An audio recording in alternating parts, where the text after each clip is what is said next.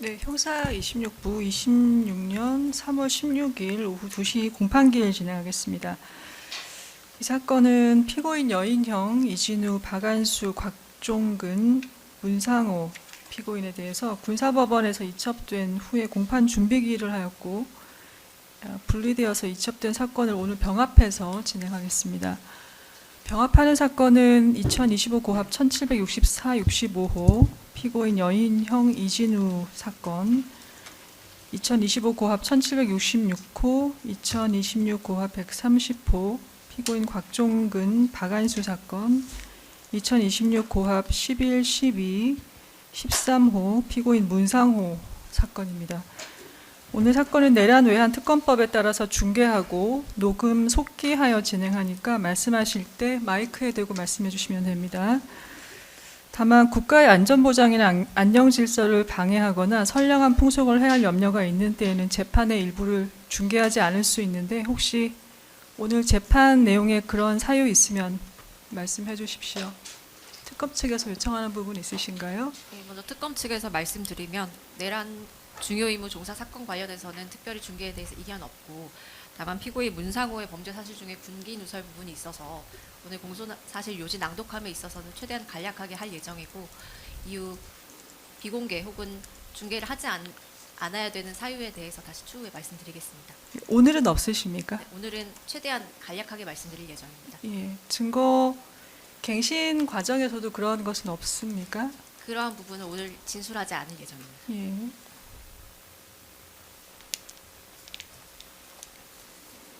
네, 출석 여부 확인하겠습니다. 피고인 순서는 군사법원에서 기소된 순서대로 저희가 확인하겠습니다. 특검에서 출석한 검사님 직책 성함 말씀해 주십시오. 앉은 순서대로 말씀드리겠습니다. 검사 이성화, 군검사 김혜윤, 군검사 오혜지, 군검사 황현훈 출석했습니다. 네. 여인형 피고인 출석했습니까? 네.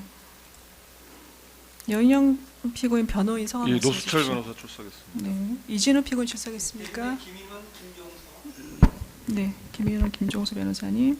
박안수 피고인. 예, 윤석범 변호사 출석했습니다. 네, 윤석범 변호사님 출석하셨고요. 곽종근 피고인 출석했습니까? 네, 변호인. 신성수 변호사입니다. 네, 신성수 변호사님. 문상호 피고인. 예. 네, 출석했습니까? 변호인 성함 말씀해 예, 주십시오. 민홍기 이영호 변호사 출석했습니다.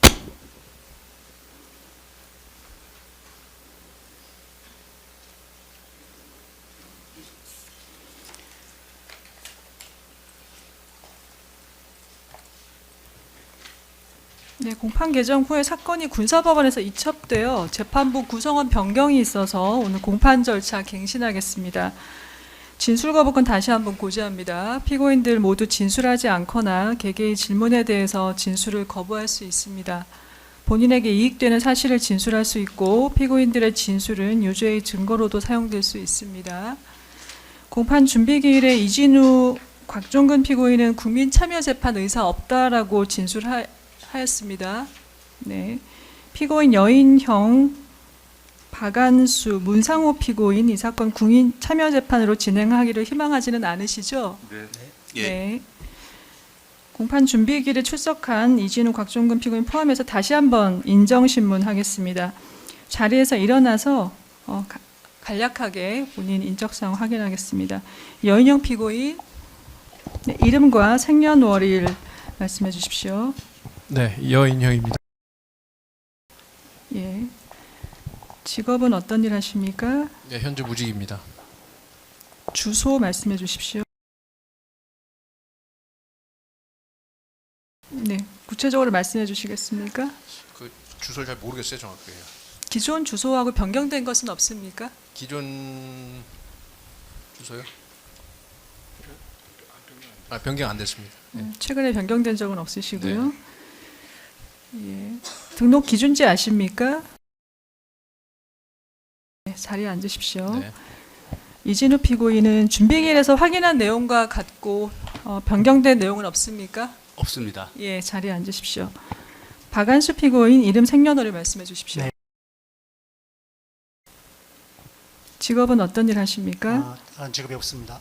네, 주소 말씀해 주십시오.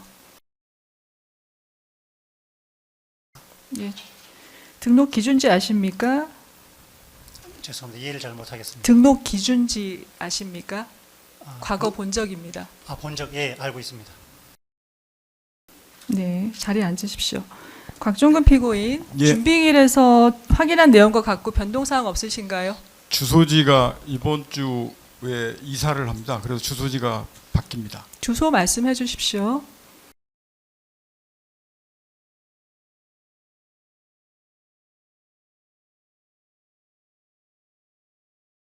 이렇게 변경. 이번 주 목요일부로 이사하면 변경되겠습니다. 예, 한번 제출해 주시겠습니까? 예, 주소 변경 제출해 주십시오. 예, 지금 제출해 주시고요. 문상호 피고인, 예, 예, 이름과 생년월일 말씀해 주십시오. 그리고 이름 문상호입니다. 예, 직업은 어떤 일 하십니까? 현재 무직입니다. 네, 살고 있는 주소지가 어딘가?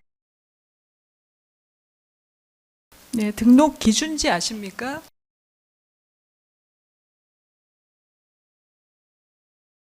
예, 자리에 앉으십시오.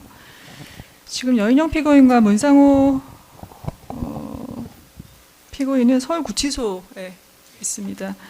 네, 피고인들을 모두 공판기일이 지정되면 항상 출석해야 되고 재판 중에 송달받을 주소지가 바뀌면 꼭 법원에 신고를 해야 됩니다.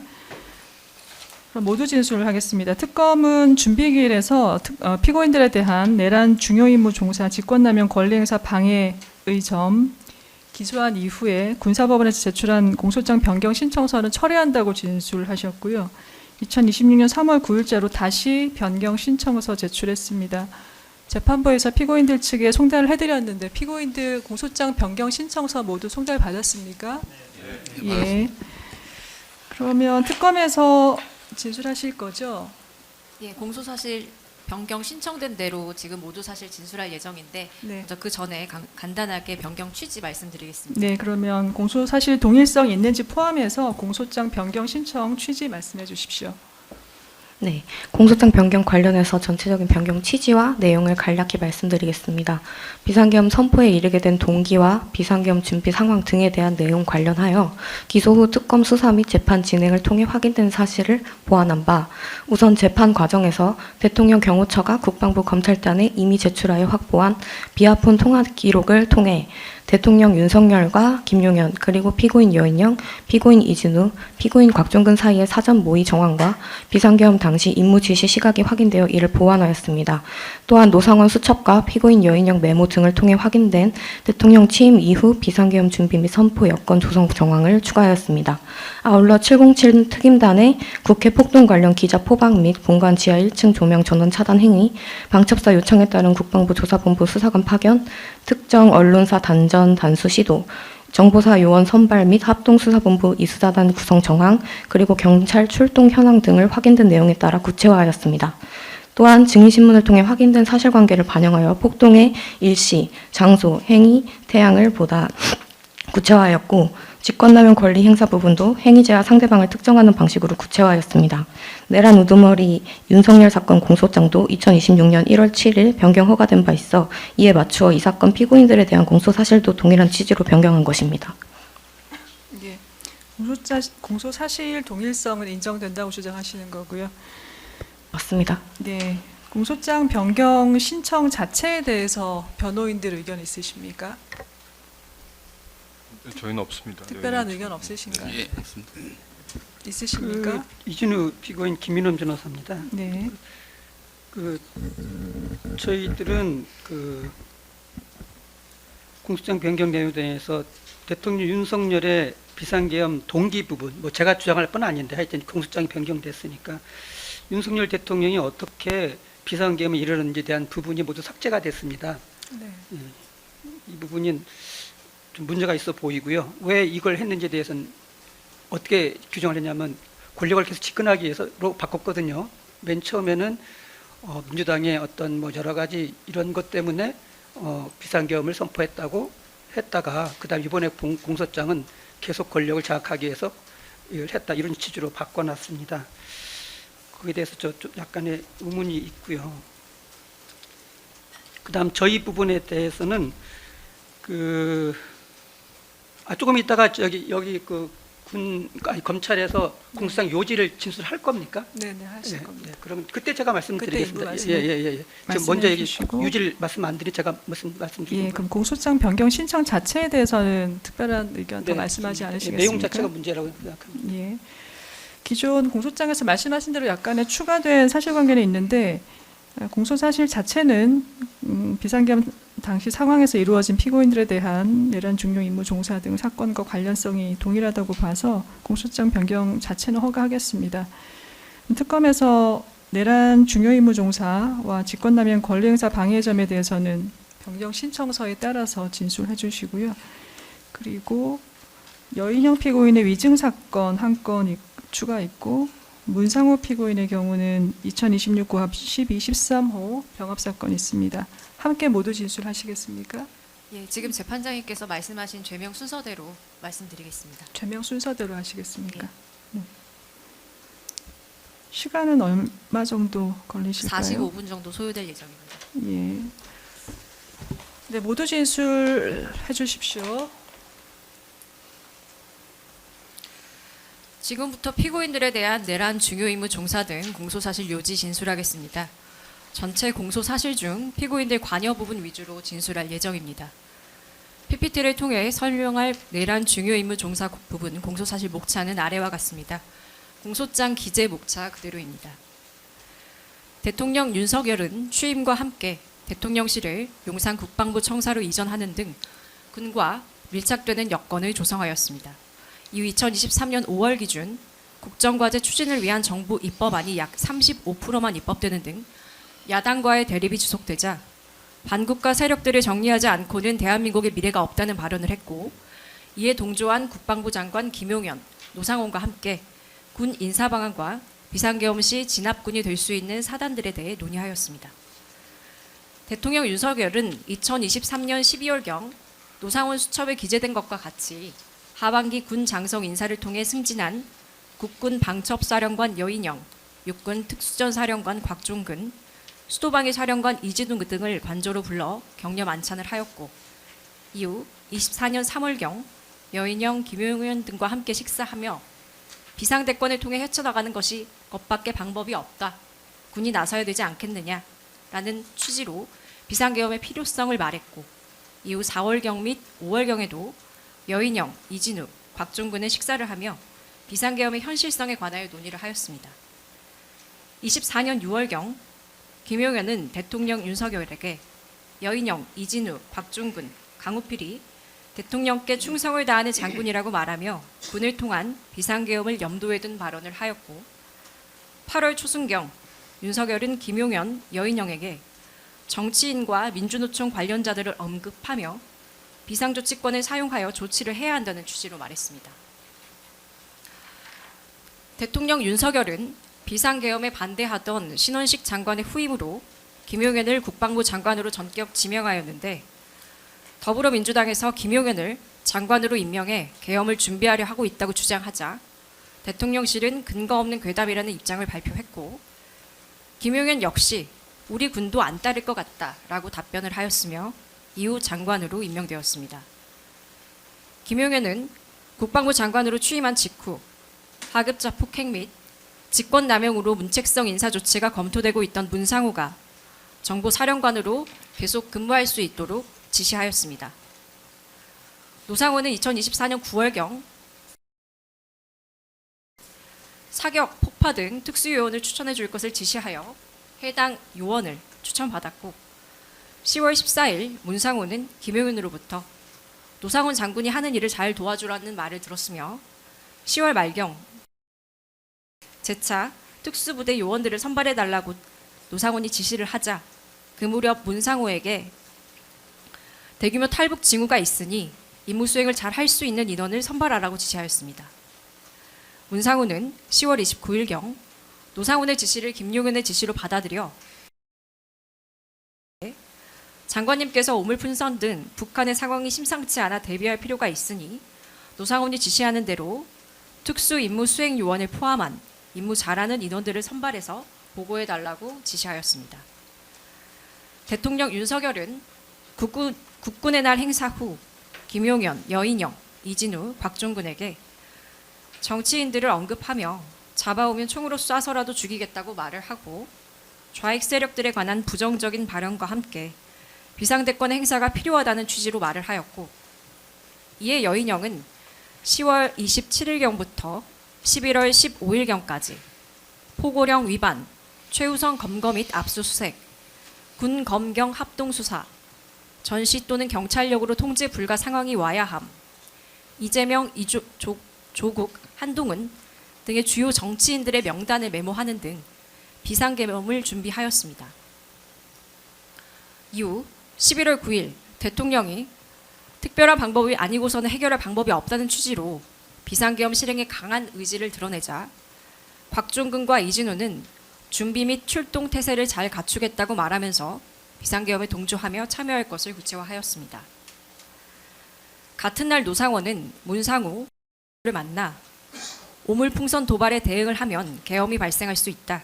그러면 선관위로 가서 부정선거를 규명하기 위해 선관위 직원들을 잡아와야 한다는 취지로 지시하며 에게는 체포 대상 직원 명단, 체포 준비물 등 임무가 기재된 문건 2부를 건네주고 전달하도록 지시하였습니다.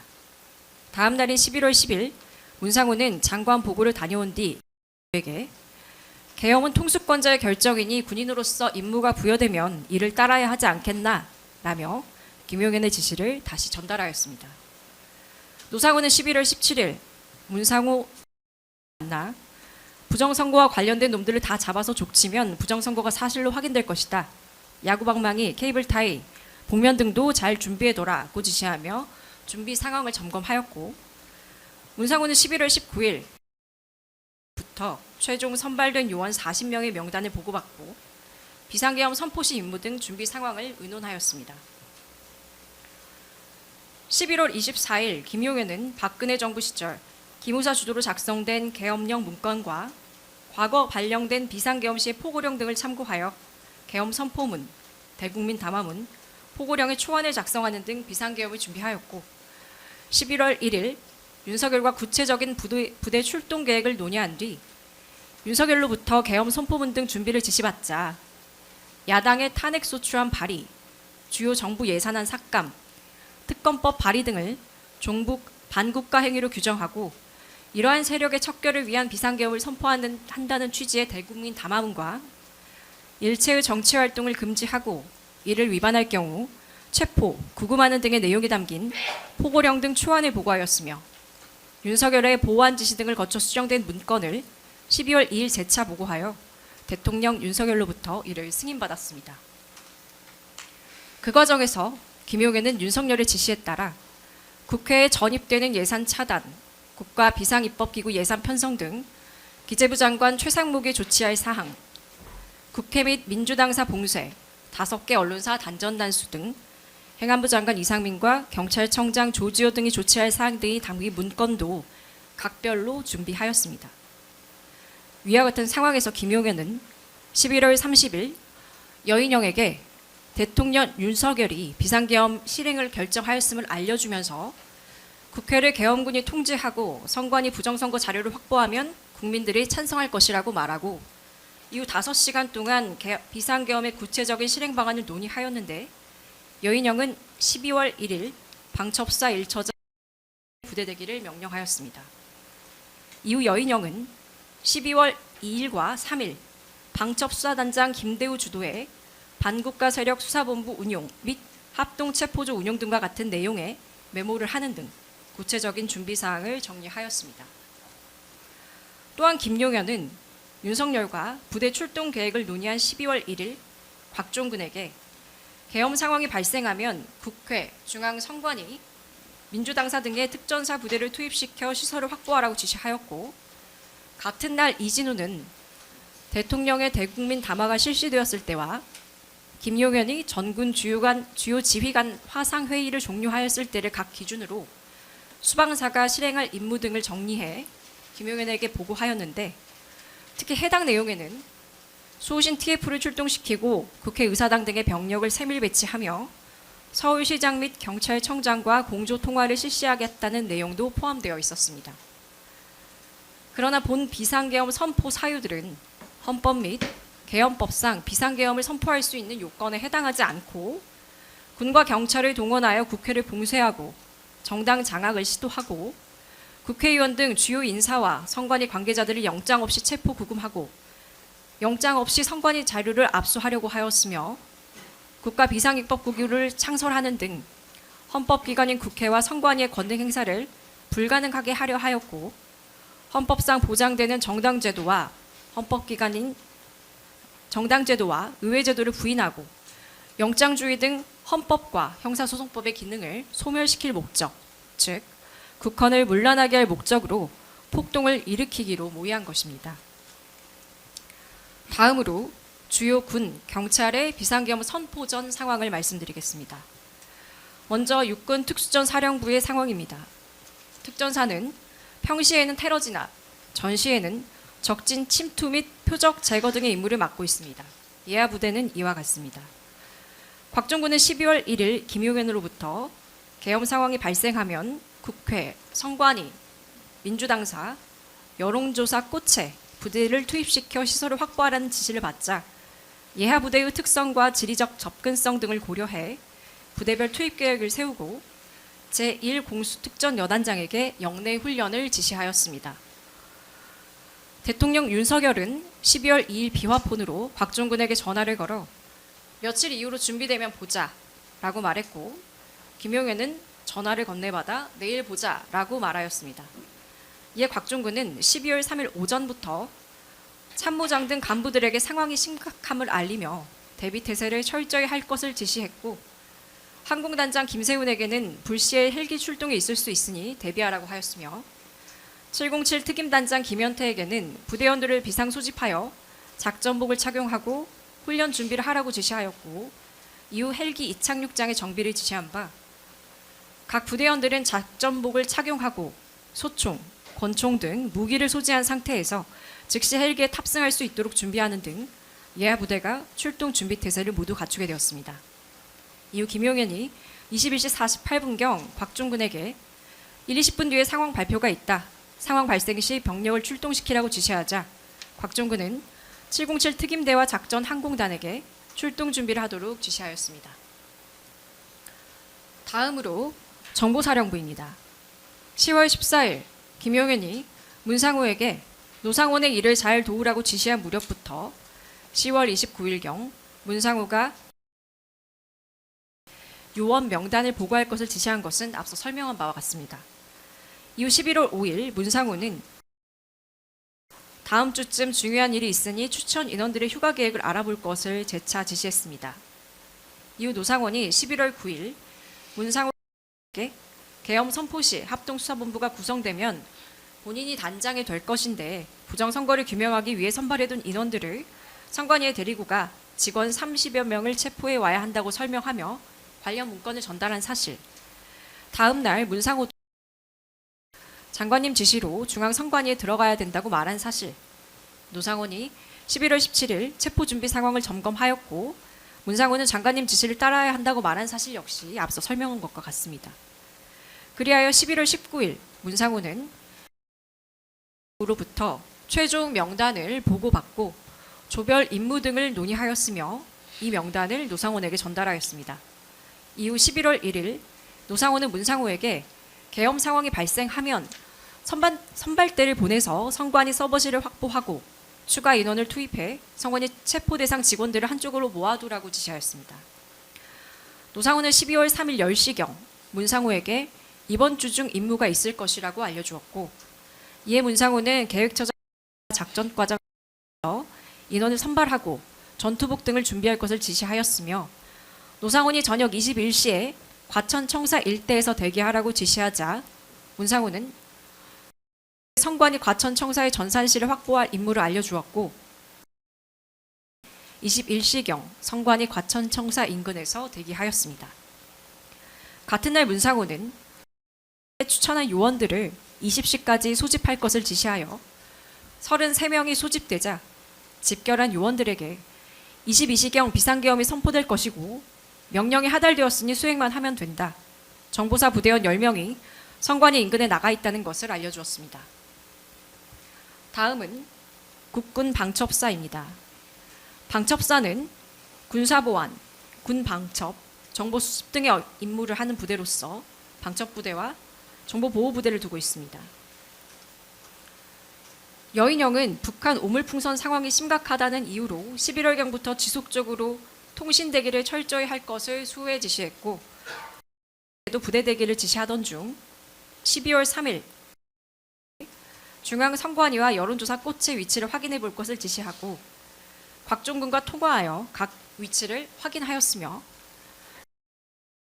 경찰청장 조지호의 연락처를 확보할 것을 지시하고 이후 방첩사 수사관들이 선관위에 출동해 전산실 출입을 통제하고 상황이 여의치 않으면 서버를 떼어와야 한다며 비상계엄 선포 시 해야 할 임무를 알려주었습니다. 비상계엄이 선포되기 전인 21시 20분경 핵심 지휘부에게 계엄이 곧 선포될 것임을 알려주었고 그 과정에서 김용현으로부터 선포가 조금 늦춰질 것 같다는 전화를 받았습니다. 다음은 수도방의 사령부입니다. 수방사는 수도와 특정 경비구역의 경비, 안전 확보를 임무로 하는 전담 부대로서 예하 부대는 다음과 같습니다. 특히 이진우는 2024년 2월경 국가 중요시설에서의 테러 작전을 수행하기 위한 수호신 TF를 설치해 지속적으로 훈련시켜 왔습니다. 김용현은 비상계엄 선포 전 이진우에게 경찰이 일선에서 기동대를 배치하고 차벽을 설치해 국회 출입문을 봉쇄하면 수방사가 2선에서 국회 본관 및 의원 회관 등을 막아 출입을 차단하고 특전사 부대가 헬기로 국회 내부로 들어가 침입할 계획이니 준비 태세를 갖추라고 지시하였습니다. 이에 이진우는 앞서 설명한 바와 같이 구체적인 임무 실행 내역을 작성해 김용현에게 보고하였습니다. 김용현은 12월 3일 비상계엄 선포를 위한 국무위원들을 기다리던 중 이진우에게 전화하여 국회 침투 계획을 준비하라고 명령하였고 이진우는 주요 간부들에게 전투복으로 환복하고 사령관실로 올 것을 지시하였습니다. 이후 제1경비단장 조성현은 주요 지휘자 및 수호신 TF의 소집을 지시하고 군사경찰단장 김창학도 부대의 출동 준비를 지시하였습니다. 한편 김용현은 12월 1일 육군 참모총장 박안수에게 연락하여 12월 3일 현안 점검 보고를 받은 뒤 같은 날 21시 40분경 접견 대기실에 있을 것을 지시하였습니다.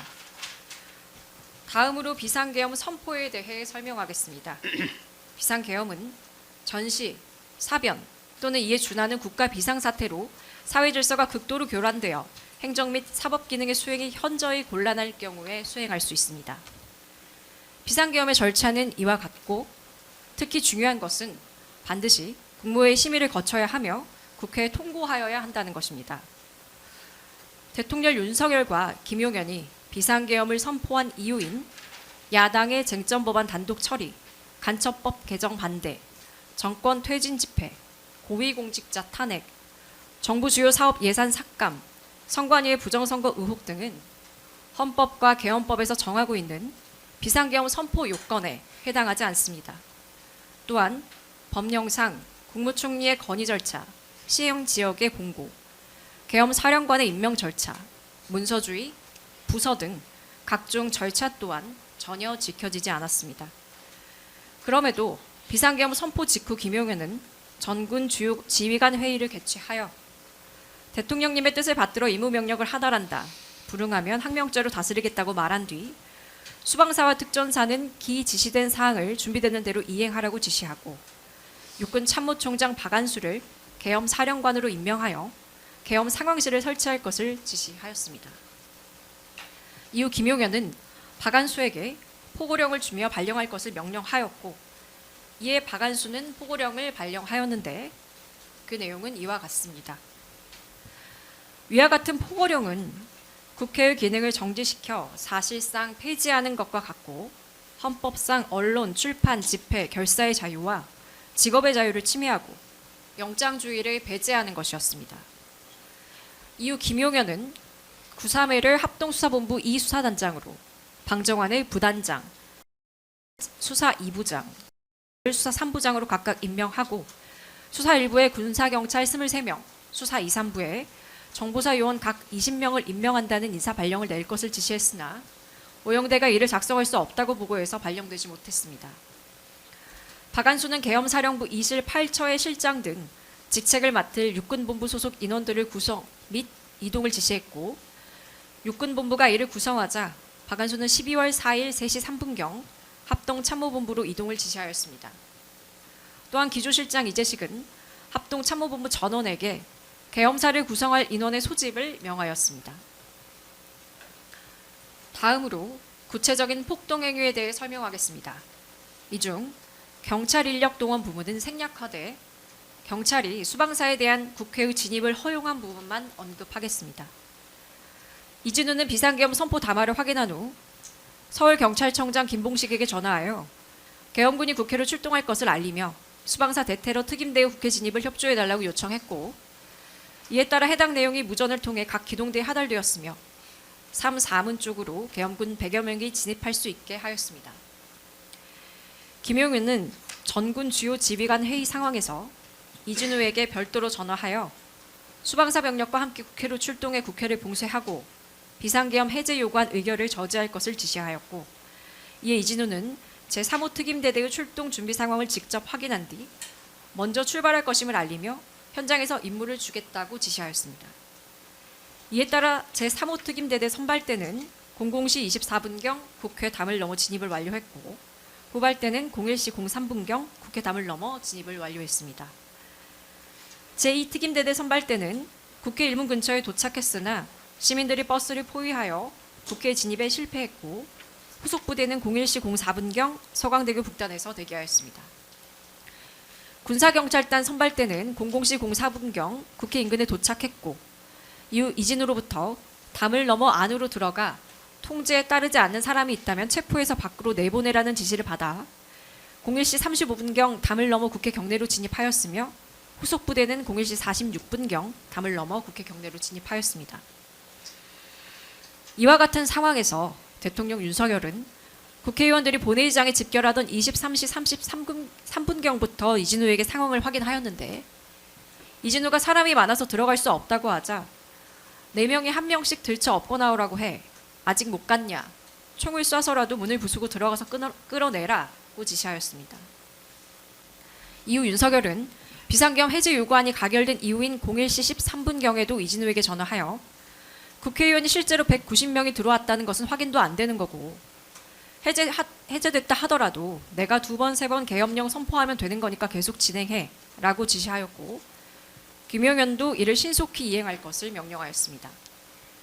이에 따라 이진우는 제1경비단장 조성현에게 국회 본청 내부로 진입해 국회의원들을 외부로 끌어내라고 지시하였고 이에 조성현은 제2특임대대 제2지역대장 윤덕규에게 내부 의원들을 끌어내라고 지시하였는데 이후 이진우는 다시 조성현에게 특전사가 본청에 진입해 있으니 특전사 병력이 국회의원들을 끌고 나오면 시민들 사이에서 길을 터주라고 지시하였고 조성현은 국회 경내에 있던 제3지역대장 김우규에게 이를 하달하였습니다.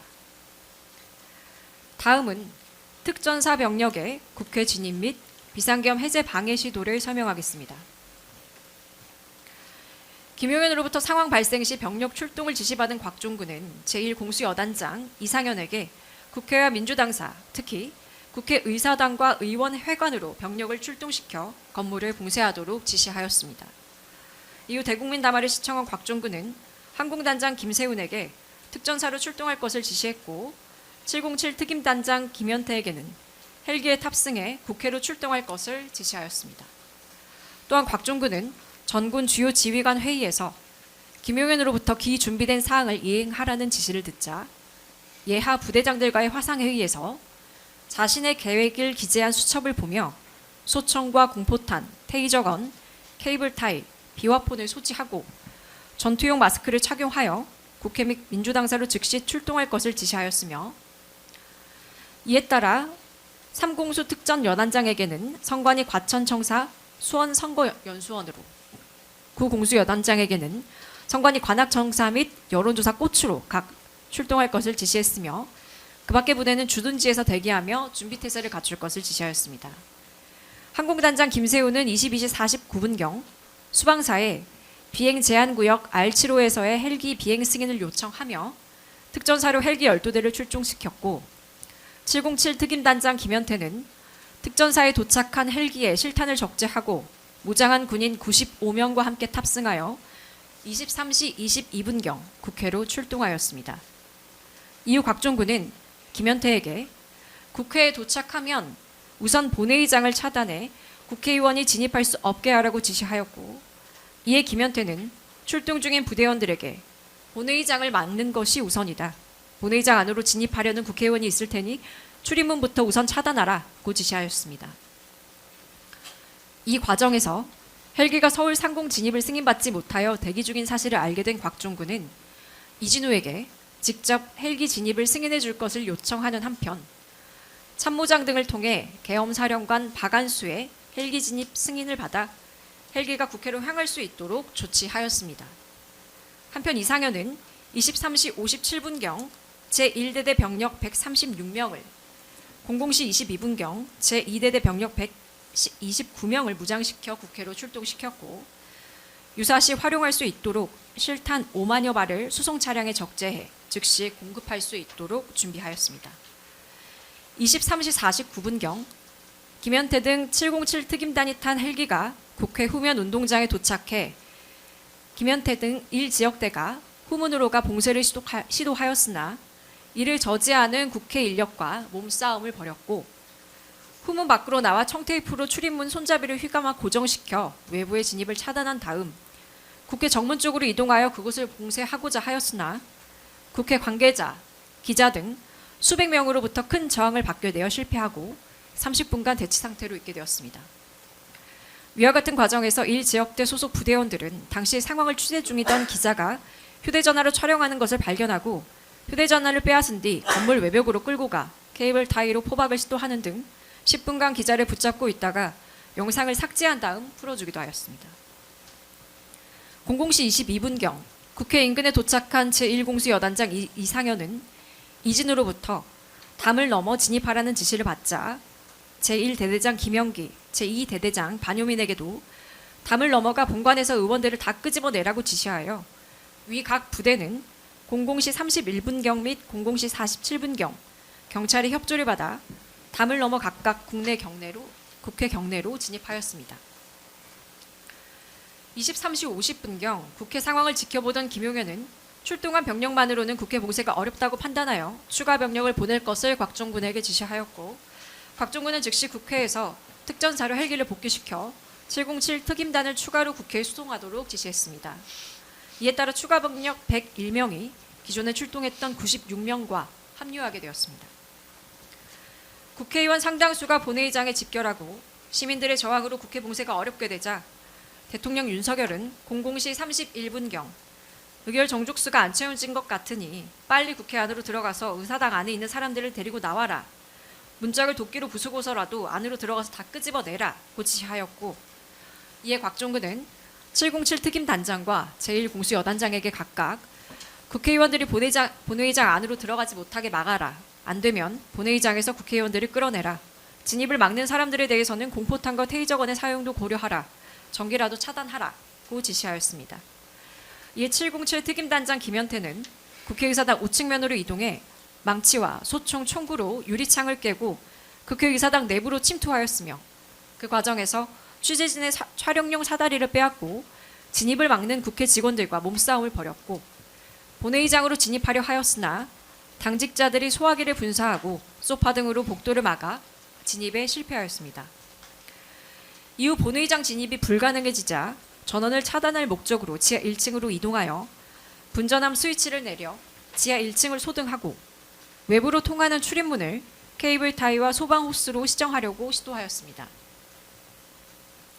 한편 제1공수여단장 이상현은 제1대대장과 제2대대장에게 지금 국회의원들이 의결하려고 하니 문짝을 부수고서라도 국회의원들을 다 끄집어내라고 지시하였고, 00시 55분경 병력 31명이 국회의사당 후면 유리문을 강제로 개방하고 내부로 침투하여 본회의장으로의 진입을 시도하려고 하였으나 국회 당직자들이 소화기를 분사하고 소화전 호스로 물을 뿌리며 진입을 저지하여 몸싸움을 벌였습니다.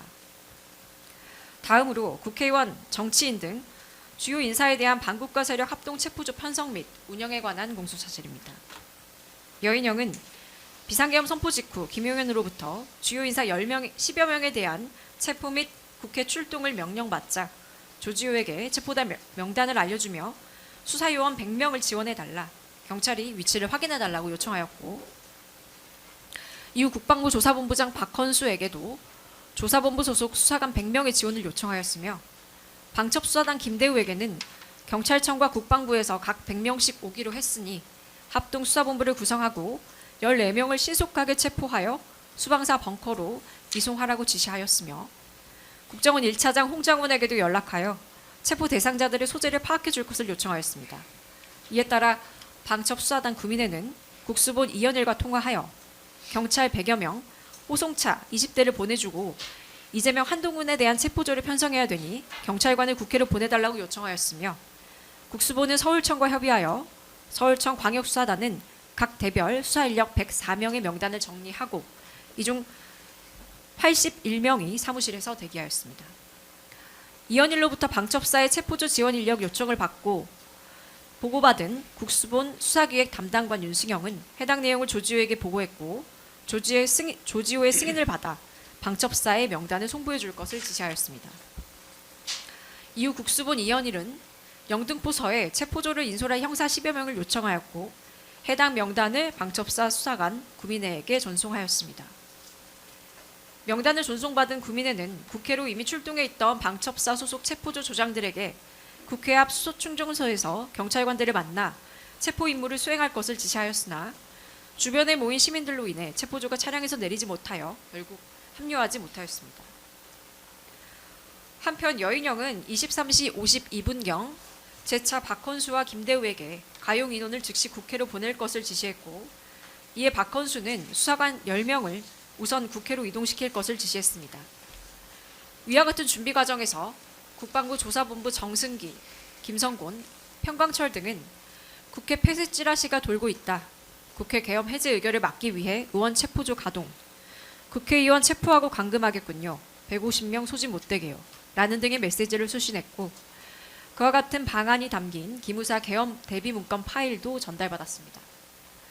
국방부 조사본부 김성곤은 23시 44분경 수방사 미결 수용실 6개에 수용자 3명이 있다는 사실을 확인한 뒤 줄줄이 체포될 경우 1인 1실을 활용할 수 있도록 위 3명의 이감을 지시하였으며, 여인영의 지시에 따라 구금시설 확인을 위해 현장에 온 노영훈에게 현황을 설명해 주었습니다. 한편 23시 52분경 여인영으로부터 가용 인원을 빨리 국회로 보내달라는 요청을 받은 박헌수는 이를 지시하였고, 이에 따라 소집된 국방부 조사본부 소속 수사관 10명은 검정색 복장으로 수갑 등을 가지고 국회로 출발하여 방첩사 체포조와 합류를 시도하였습니다. 00시 33분경 비상계엄 해제 요구안 가결이 임박해지자 김용현은 여인영에게 이재명, 우원식, 한동훈 등 3명을 우선 체포할 것을 지시하였고, 여인영은 이를 김대우에게 전달하였습니다. 이에 체포조 조장들이 참여한 카카오톡 대화방을 통해 위 3명을 먼저 체포하고 호승줄과 수갑을 이용해 신병을 확보해 수방사로 구금하라, 경찰과 합류하라는 지시가 내려졌으며, 앞서 설명한 바와 같이 국회에 모인 시민들로 인해 체포조는 경찰과 합류하지 못하게 되었습니다. 대통령 윤석열이 비상계엄을 선포하자 문상호는 중앙선관위 과천청사 인근에서 대기 중이던 계획처장 선관위로 진입해 서버실을 확인하고 지원부대가 올 때까지 점거할 것을 지시하였습니다. 이에 따라 대원들은 선관위 당직실로 진입하여 당직자와 방호원 등의 휴대전화를 빼앗아 사용하지 못하게 하였고, 서버실에 들어가 사진을 촬영한 뒤 서버실을 폐쇄하였으며, 조직도를 촬영해 문상호에게 보고한 뒤 이후 도착한 특전사 병력과 함께 청사 외곽과 1층 로비를 점거하였습니다. 또한 문상호는 합동수사본부 제2수사단에 편성돼 정보사 소속 부대원 36명이 모인 대회의실에서 비상계엄이 선포되었으므로 의심을 갖지 말고 주어진 임무를 철저히 준비하라고 말하였고, 체포 대상 직원 명단을 불러주며 이들이 출근하면 케이블 타이로 포박하고 복면을 씌워 수방사 벙커로 이송하라고 지시하였으며, 특히 수용 공간을 확보할 A조, 미협조 시 체포할 것을 고지할 B조, 직원 명단 및 조사실을 확보할 C조, 부정선거 관련 양심 고백을 할 것을 공지할 D조로 나누어 임무를 부여하였으나 이후 계엄이 해제되면서 수사는 진행되지 못하였습니다. 곽종근은 계엄 선포 직후 김용현으로부터 특전사 병력의 출동 명령을 하달받자 제3공수여단장 김정근에게 선관위 과천 청사로 이동해 서버나 장비가 반출되지 않도록 건물을 확보할 것을 지시하였고, 이에 김정근은 소총과 공포탄 등을 휴대한 채 출동하였습니다. 이어 제9공수여단장 안무성에게 선관위 관악청사를 출동할 것을 지시했고, 이에 안무성은 선발대와 후속 부대로 나누어 관악청사로 출동해 경내를 점거하였으며, 이어 제3공수여단장 김정근에게 수원 선관위에도 병력을 보낼 것을 지시하여 김정근은 소총과 공포탄을 휴대한 병력을 출동시켜 연수원에 있던 경찰과 합류하였으며, 제9공수여단장 안무성에게 여론조사 꽃으로 출동을 지시하여 병력 57명이 여론조사 꽃 건물 앞을 점거한 채 출입을 통제하였고, 제1공수여단장에게 민주당사로 출동하게 하였으나 01시 06분경 대기할 것을 지시받아 그 무렵 도로에서 대기하였습니다. 22시 27분경 김용현으로부터 선관위 4곳에 출동해 전산자료를 확보하라, 출동한 부대원들을 노상원과 연결시켜주라는 명령을 받은 여인영은 방첩사 1처장 선관위 4곳과 여론조사 꽃의 전산실을 확보하라, 우리가 서버를 카피할 수도 있다, 카피가 어려우면 서버 자체를 떼우라고 명령하였고, 노상원과 통화하여 포렌식을 뜨라는 말을 듣고 과학수사센터 부대원 등 총 115명을 편성해 선관위 4곳으로 출동하게 하였으나 목적지로 가던 중 복귀하였습니다.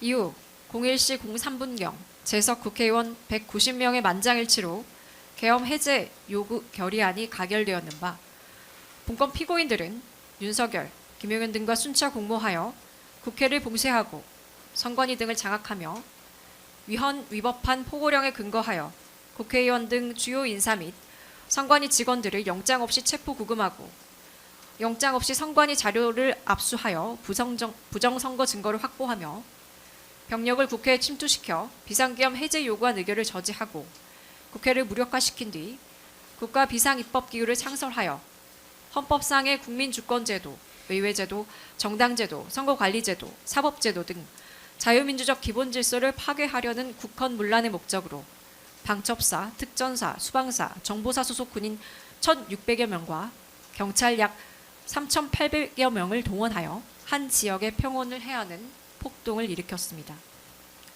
또한 위와 같은 과정에서 각 피고인들은 소속 부대원들에게 의무 없는 일을 하게 하여 직권을 남용하였으며, 특히 피고인 여인영은 반국가 세력 합동 체포조 관련 범행 및 선관위 점거 관련 업무를 함에 있어서 해당 경찰관 및 국방부 조사본부 소속 군인들에게 각각 의무 없는 일을 하게 하여 직권을 남용하였습니다.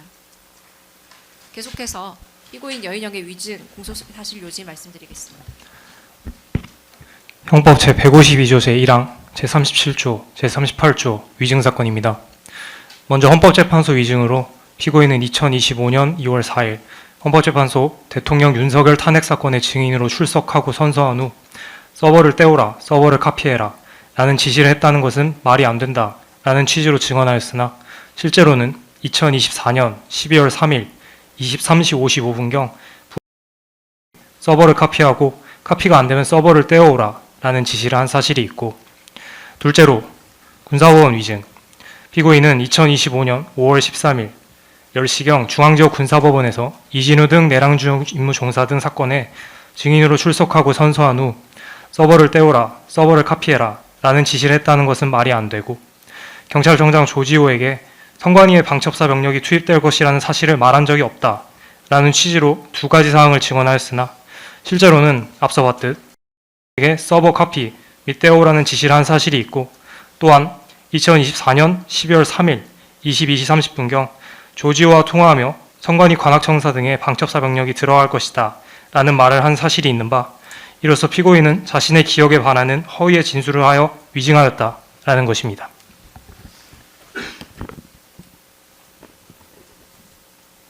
다음으로 피고인 문상호의 군기 누설 개인정보보호법 위반 사건 2026 고압 12사건의 공소사실 요지를 간단히 말씀드리겠습니다.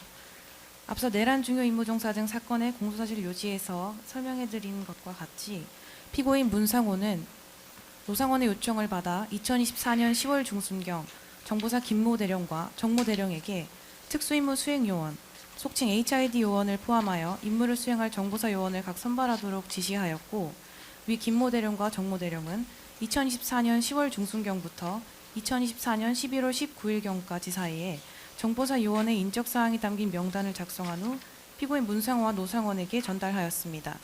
이로써 피고인 문상호는 김모 대령, 정모 대령과 공모하여 노상원에게 군사상 기밀을 누설함과 동시에 업무상 알게 된 개인정보를 누설하였습니다. 적용법조는 군형법 제80조 제1항, 개인정보보호법 제71조 제9호, 제59조 제2호, 형법 제30조 40조입니다. 다음으로 피고인 문상호의 군기누설 사건 2026 고압 13사건 공소사실 요지를 말씀드리겠습니다. 본 사건은 공소장 자체가 2급 비밀로 지정되어 있어 군사기밀이 포함되지 않는 범위에서 간략하게 요지를 낭독하겠습니다. 피고인 문상호는 2024년 12월 2일 국방부 장관 김용현에게 주요 현안 보고를 하였고, 위 보고를 마친 후 같은 날 노상원과 통화하면서 위 정보사 임무 현황 및 그에 대한 장관 보고 등을 알려주었습니다. 이로써 피고인 문상호는 노상원에게 군사상 기밀을 누설하였습니다. 적용법조는 군형법 제80조 제1항입니다. 이상입니다. 예, 다 마치셨습니까? 네. 네, 피고인들에 대해서 특검에서 모두 진술했습니다. 모두 진술에 이어서 피고인과 변호인 공소사실에 대한 인부 진술하시는데, 피고인 순서대로 변호인, 피고인이 말씀하시면 되고, 저희가 준비기일에서 변호인이나 피고인 통해서 인부는 들었기 때문에 기존 조작 유지하는 취지이시면 주된 부분만 간략히 진술해 주시면 됩니다. 여인영 피고인 측 먼저 변호인 말씀해 주십시오. 여인영 피고인 변호인 노수철입니다. 이미 공소사실 인부에 관해서는 지난번 공판준비기일에 말씀드린 내용과 변함이 없습니다. 그 공소사실의 대강에 대해서는 인정하나 국헌 물론 목적은 없었다는 취지의 변소입니다. 간단히 그 내용을 좀 상세해서 분설해서 말씀드리면, 피고인은 전 대통령과 국방부 장관의 계엄에 대한 막연한 생각과 의지는 인지하고 있었지만 그 필요성과 타당성에 대해서는 결단코 동의하지 않았으며 지속적으로 반대 의사를 표명하였습니다. 막상 12월 3일 비상계엄이 선포되자 피고인은 군인으로서 상명하복의 의무에 따라서 작전 계획상의 조치를 이행하였으나 장관의 무리하고 구체적인 지시사항에 대해서는 본인의 부정적 인식을 바탕으로 신중하게 이행하려고 하였으며, 이는 방첩사령부 전체의 매우 소극적이고 수동적인 임무 수행으로 귀결되었습니다. 국헌불란 목적 관련된 사항에 대해서 추가적으로 살펴보겠습니다. 피고인은 윤석열 대통령과 몇 차례 만날 기회에 계엄 관련 얘기를 듣기는 하였으나 헌법상 비상대권을 언급했을 때 평시 계엄은 실현이 불가능하다며 2차례나 직접 반대 의견을 지거나 하였고, 한 번은 무릎을 꿇고 읍소하면서 강하게 만류하기도 하였습니다. 대통령이 대화를 독점하는 분위기 속에서 일방향의 소통만 있었을 뿐 공모자를 할 수 있는 위치에서의 구체적인 실행 계획의 공모는 없었습니다. 김영헌과의 관계를 살펴보겠습니다. 피고인은 김영헌 장관에게도 총 4차례에 걸쳐서 계엄에 강하게 반대하였고, 김영헌 역시 방첩사는 합수부 구성에 시간이 걸리기 때문에 계엄 선포 사실을 미리 알려주지 않았다고 증언한 사실이 있습니다. 특히 김영헌은 방첩사의 실무적인 한계, 민간인 체포 역량이나 포렌식 한계를 전혀 모른 채 물리적으로 불가능한 지시를 하기도 하였습니다. 다음 수방사, 특전사, 방첩사 세 사령관은 평소 잦은 업무 교류가 있었지만 사석에서 평시 계엄은 될 수도 없고 되지도 않는다라는 부정적인 인식을 확고히 공유하며 어떠한 임무 분담이나 협조를 한 사실도 없습니다. 말씀드린 바와 같이 피고인 기본적인 사실관계의 대강에 대해서는 거의 다투지 않고 인정하고 있습니다. 다만 계엄 상황에서 군인으로서 항명죄의 위협 아래 장관의 지시를 이행하는 피고인의 소박한 법의식 속에 내란을 한다거나 헌정 질서를 파괴하려는 국헌문란의 목적은 추호도 없었습니다. 만약 피고인이 국헌문란을 목적으로 내란을 준비했다면 물적 인적 자원의 준비를 철저하게 하였을 것이나 계엄 시 드러난 실상은 완벽한 무방비 상태였습니다. 계엄 선포 당일 12월 3일 방첩사 핵심 참모인 대령급 실장 10명 중 전체의 50%가 대거 교체되었고 계엄 관련 핵심 임무를 띈 이 처장은 폴란드에 출장 중이었으며 피고인 본인조차 12월 3일 직전인 12월 1일과 2일에 대전으로 휴가를 다녀왔습니다. 또 방첩사에게 주어진 가장 중요한 임무라고 할 수 있는 체포 대상자 명단을 하달받았지만 방첩사는 대상자들의 주소나 연락처 등 기초적인 정보조차 전혀 없었고 사전에 조편성도 되어 있지 않아서 야간의 인원들을 급조하였고 당시 부대는 통상적으로 운영하였고 방첩사 부대원들은 정상 퇴근했고 많은 부대원들이 회식을 한 바 있습니다. 결론적으로 피고인은 갑작스러운 계엄 선포로 인하여 주어진 임무를 마지못해 수행하였으나 국헌문란 목적의 핵심으로 쟁점이라고 할 수 있는 국회 봉사, 즉 무력에 의한 실력 행사로 국회를 상당 기간 그 권능 행사를 불능하게 할 그런 의지도 계획도 그런 계엄 계획도 전혀 몰랐습니다. 따라서 국헌문란의 목적이 있다고 보기 어렵다 하겠습니다. 다음 직권남용 및 위증에 대해서 말씀드리겠습니다. 직권남용 관련하여 피고인 본인의 방첩사 부대원들에 대한 직권남용이 될 수 있으면 변론으로 하고 피고인이 윤석열, 김영현 등과 공모하였다는 점은 수긍하기 어렵습니다. 피고인은 국군 통수권자와 직속 상관의 엄명을 거부하기 어려운 위치에 있었으며 이러한 위치에 있는 피고인에게 대등한 공모를 통한 공동성범이라고 인정하기는 어렵다 할 것이고 또 법리적으로 만일 내란죄가 성립된다면 내란죄 외에 직권남용죄가 별도로 성립되는지도 의문입니다. 다음 위증 혐의 관련돼서 말씀드리겠습니다. 피고인은 사이버 수사 경험상 방첩사의 선관위에 대형 서버를 떼어올 크레인 장비가 없으며 복지에도 상당한 시간이 소요됨을 명확히 인지하고 있습니다. 따라서 물리적으로 불가능함을 아는 피고인이 서버를 떼어오라고 지시했을 리 없으며 피고인은 그렇게 이해하고 있었기 때문에 본인의 이해와 추론에 바탕하여 본인의 기억에 따라서 증언을 한 것이므로 허위 증언을 한 것이 아닙니다. 또한 조지호 경찰청장 진술 관련하여서 피고인은 선관위 방첩사 병력이 투입된다는 말을 한 사실이 없습니다. 그러나 조지호는 이미 대통령으로부터 받은 A4 문건에 경찰이 그 선관위로 출동한 임무를 인지하고 있었습니다. 이러한 자신의 임무를 말씀드리기 그렇습니다만은 피고인 여인영의 어떤 그에게 책임을 뒤집어 씌우는 거 아닌가 저희는 그렇게 판단하고 있습니다. 그래서 이 부분은 피고인의 기억대로 진실대로 진술하였기 때문에 위증이 될 수 없습니다. 이상 공소사실에 대한 입장 말씀드렸습니다. 예, 종전 내용과 같은 입장이시고요. 예. 네. 피고인도 변호인 의견과 같은지와 추가 의견 있으면 진술해 주십시오. 여인영 피고인? 네, 특별한 의견 없으신가요?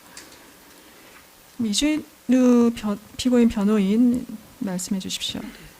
저희도 이미 의견서를 냈기 때문에 그 의견서를 원용을 하고 중요한 것만 몇 가지 말씀을 드리겠습니다. 이 공소장 내용 전체는 비상계엄이 입법위원하고 그 다음 곧바로 이것이 내란이 성립된다 이런 전제하에 있습니다. 그런데 비상계엄, 대통령의 비상계엄 선포가 정치적으로 선택할 수 있는 방법으로 적절하냐 적절하지 않느냐는 이견이 있을 수 있습니다. 정치인으로서 꼭 비상계엄 선택했어야 됐느냐 다른 정치적 방법이 없습니다. 이에 대한 적절성 여부를 따질 수는 있으나 이것이 과연 곧바로 입법하냐 아니냐 이 부분에 대해서 앉아있는 군인들한테 판단하라는 건 불가능을 요구하는 겁니다. 쉽게 얘기해서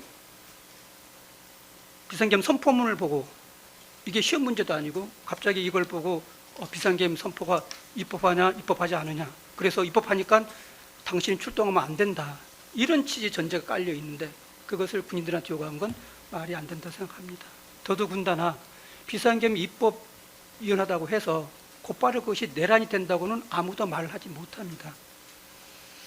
이미 판결된 위로의 내란이라고 하지만 군인들한테 명령이 떨어지면 그 명령이 입법한 것이 명확하지 않는 한 반드시 수명해야 되는 군인들한테 갑자기 비상계엄 입법하다고 그래서 이게 내란이 되는지는 도저히 알 수 없다고 할 것입니다. 앞으로 이런 식으로 군인들한테 처벌하게 되면 어떤 군인이 어떤 명령이 내려왔을 때 어떻게 나가서 행동을 하겠습니까?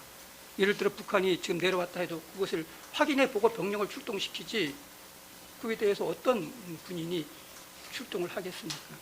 그래서 저는 군인들한테 비상계엄이 입법하고 연하다는 것을 그다음 내려진 포고령이 입법하다 연하다는 것을 강요하는 판단하라는 것은 불가능을 요구하는 거라 생각합니다. 그래서 대통령이나 김정은 국방장관을 처벌하기 위해서 군인들을 이용한다는 것은 말이 안 되고 저는 간접정부 형태로 꼭 처벌하고 싶다면 대통령을 처벌하고 싶다면 간접정부 형태로 처벌할 수 있다고 합니다. 그래서 이 자체로서도 여기 앉아있는 군인들 전체 수방사령을 포함해서 전체에게 무죄가 선고돼야 된다고 생각합니다.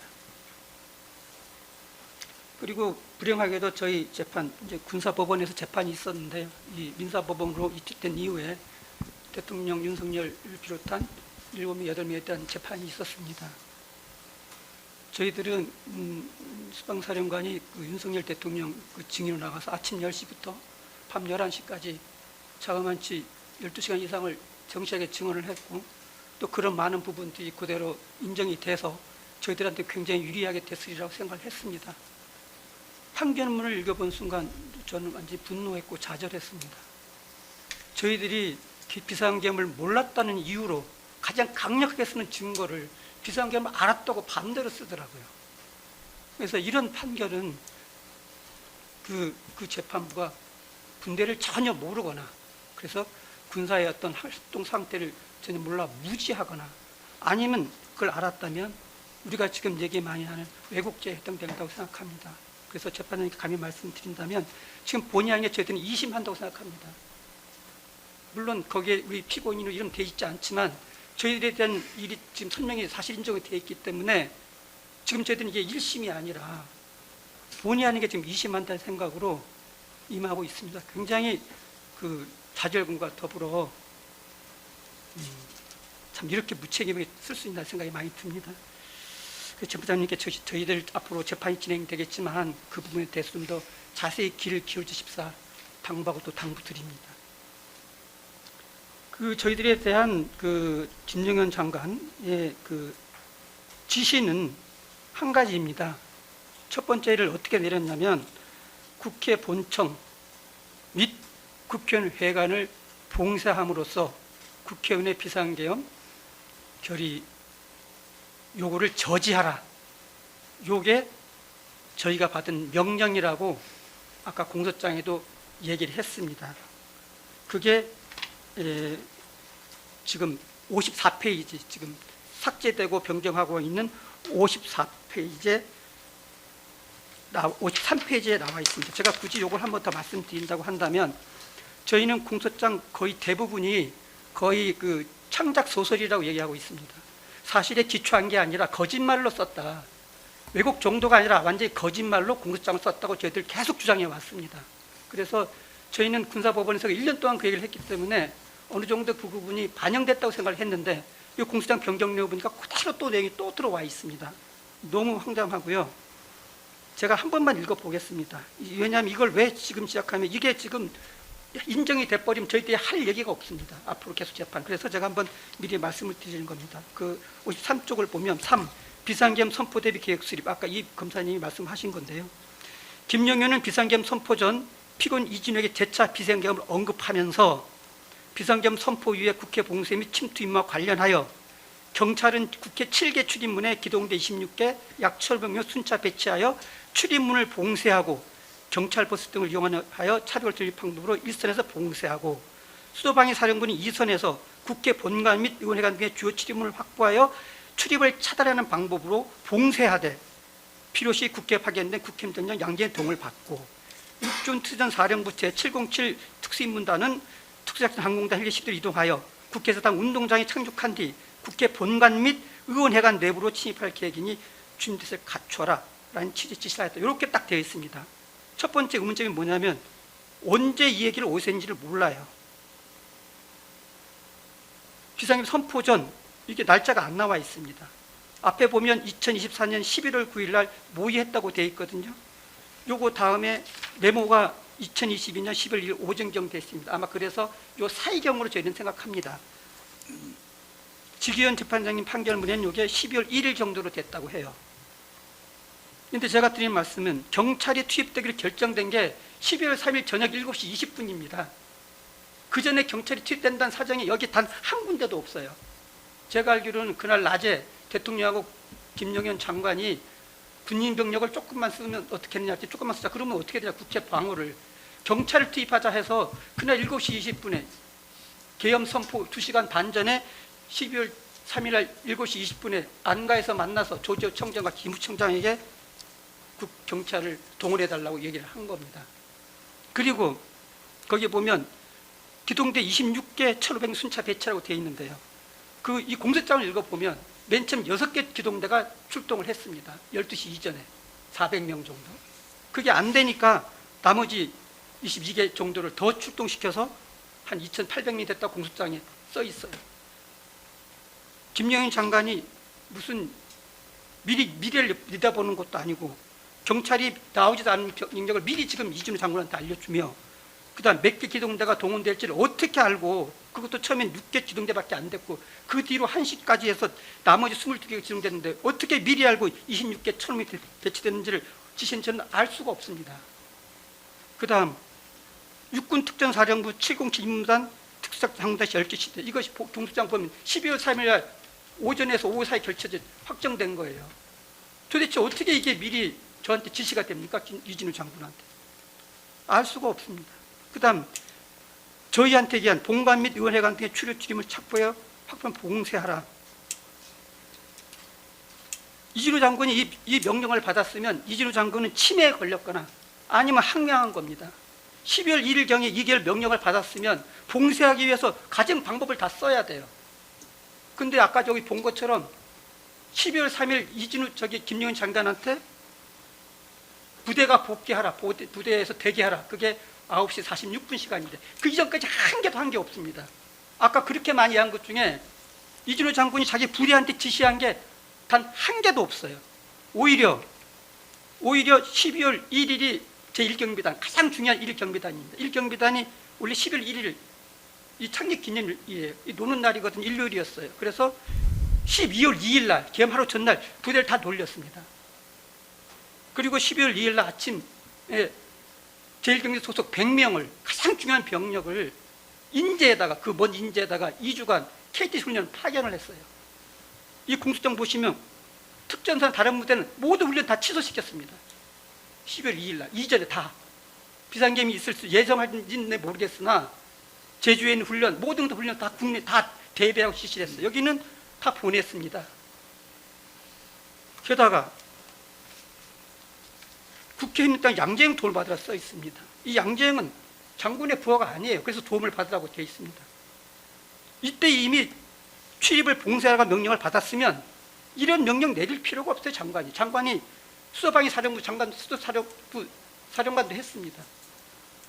자기가 어떻게 하면 이것을 가서 봉쇄했을지 그걸 판단하라고 하는 거지 왜 애꿎은 군기의 헌당자 양재영 도움을 받으라고 이게 12월 1일 이 지시를 왜 합니까?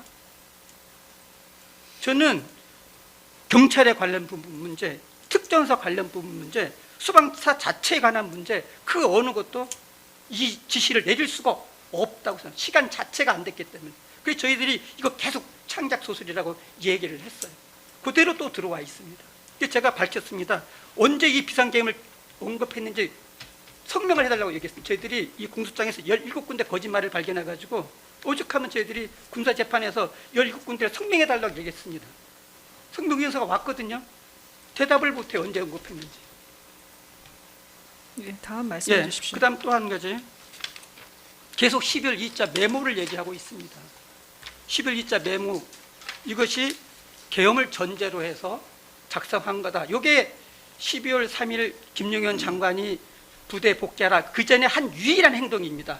이진우 장군이. 그 전에 이진우 장군 아까도 말한 것처럼 KT 훈련 보내고 당일 12월 3일 당일날 병원 가고 저녁 때 회식하고 떠날 사람들 위해서 만찬해주고 자기 공방 가가지고 그렇게 하고 있었거든요. 유일하게 메모 하나 보낸 게 유일합니다.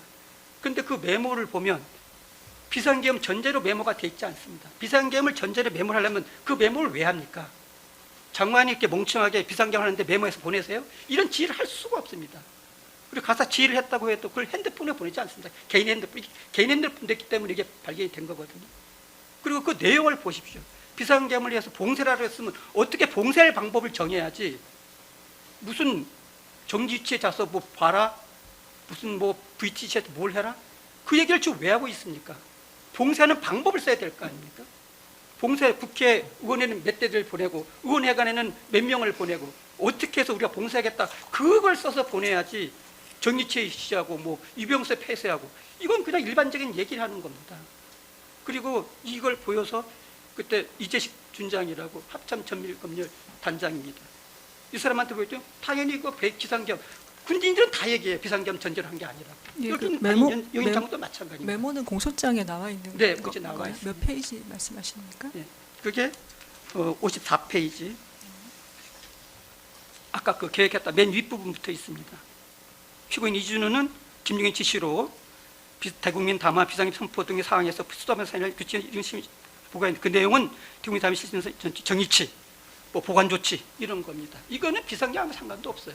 지금 저희들이 명령 받은 게 국회의원 본관과 의원회관을 봉쇄라고 되어 있는데 이게 무슨 뜬금없는 얘기입니까? 어떻게 몇 대를 이용해서 어디로 몇 명 파견하고 이런 게 써 있어야지 이게. 그다음에 이거를 왜 국회 이 장관이 이걸 뜬금없이 지시를 합니까?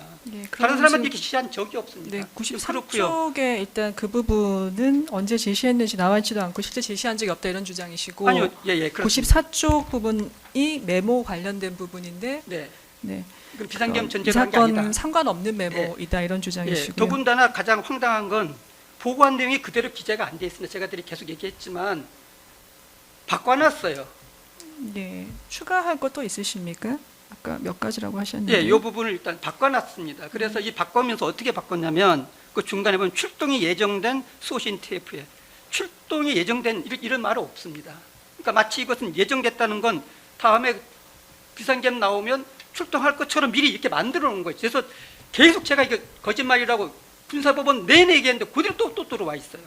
거기 보면 김용인 주재 전군 주의관시 화상 종류 이렇게 안 돼 있습니다. 김용인 땡땡이로만 돼 있어요. 근데 이거를 전군 주의관 화상의 종류로 바꿔놨습니다. 도저히 있을 수가 없는 일이에요.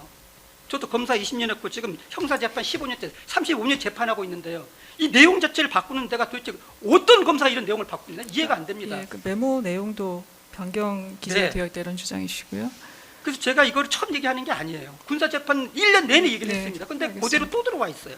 네, 지금 말씀해 주셨는데 그거 외에도 또 말씀하실 게 있으신가요? 저희들이 예. 여러 군데 한 10군데를 저희들이 성명 요청했습니다. 거짓말이 왜곡이 아니라 거짓말을 써놨습니다. 그래서 저희들은 지금 아까 말씀드린 대로 그 본관, 그다음 국회의원 회관을 봉쇄라고 되어 있는데 참고로 말씀드리면 여기에 봉쇄라는 말은 특전사만 썼습니다. 육군 특전사 봉쇄하라. 그 다음에 차단하라는 말은 경찰만 썼습니다. 경찰은 외부에서 내부로 들어가는 걸 차단하라고 말을 썼습니다. 그 다음 봉쇄를 쓴 육군 특전사는 어디 썼냐면 안에 있는 거 다 비워서 봉쇄라. 안에 있는 사람 못 나오게 하는 게 봉쇄고요. 바깥에서 들어가는 걸 차단하라고 합니다. 저희는 통제라는 용어를 썼어요.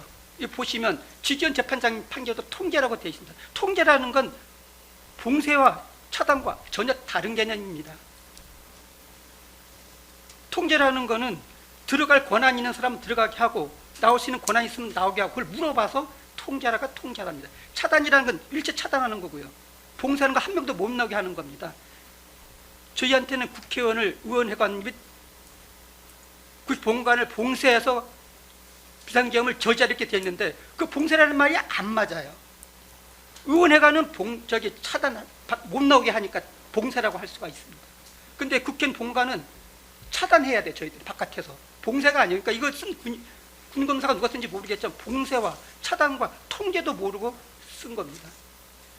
여기에 나와 있는 그 조성현 1경비단장 저희들한테 가장 불리한 증언을 했습니다. 국회의원을 끌어내라고 증언한 사람인데요. 이 사람이 여기서 썼지만 헌법재판소에 가서 그렇게 얘기했습니다. 정영식 재판장이 이 통제 대상에 너희는 통제라고 했다. 21장군이 통제라고 했는데 그 통제 대상에 국회의원이 포함되냐 이렇게 물어봤더니 포함 안 됩니다. 왜? 그랬더니 통제하라고만 했지 통제의 대상과 범위가 내내 내려오지 않았다. 통제와 범위 대상을 저어주는 사람, 그걸 명령한 사람인데 이준우 장군이죠.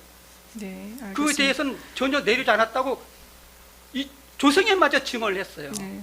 그런데 판결문에는 모든 국회를 포함한 모든 사람을 통제하 이렇게 바꿔놨습니다. 그건 통제 개념을 일체 모르는 사람이에요.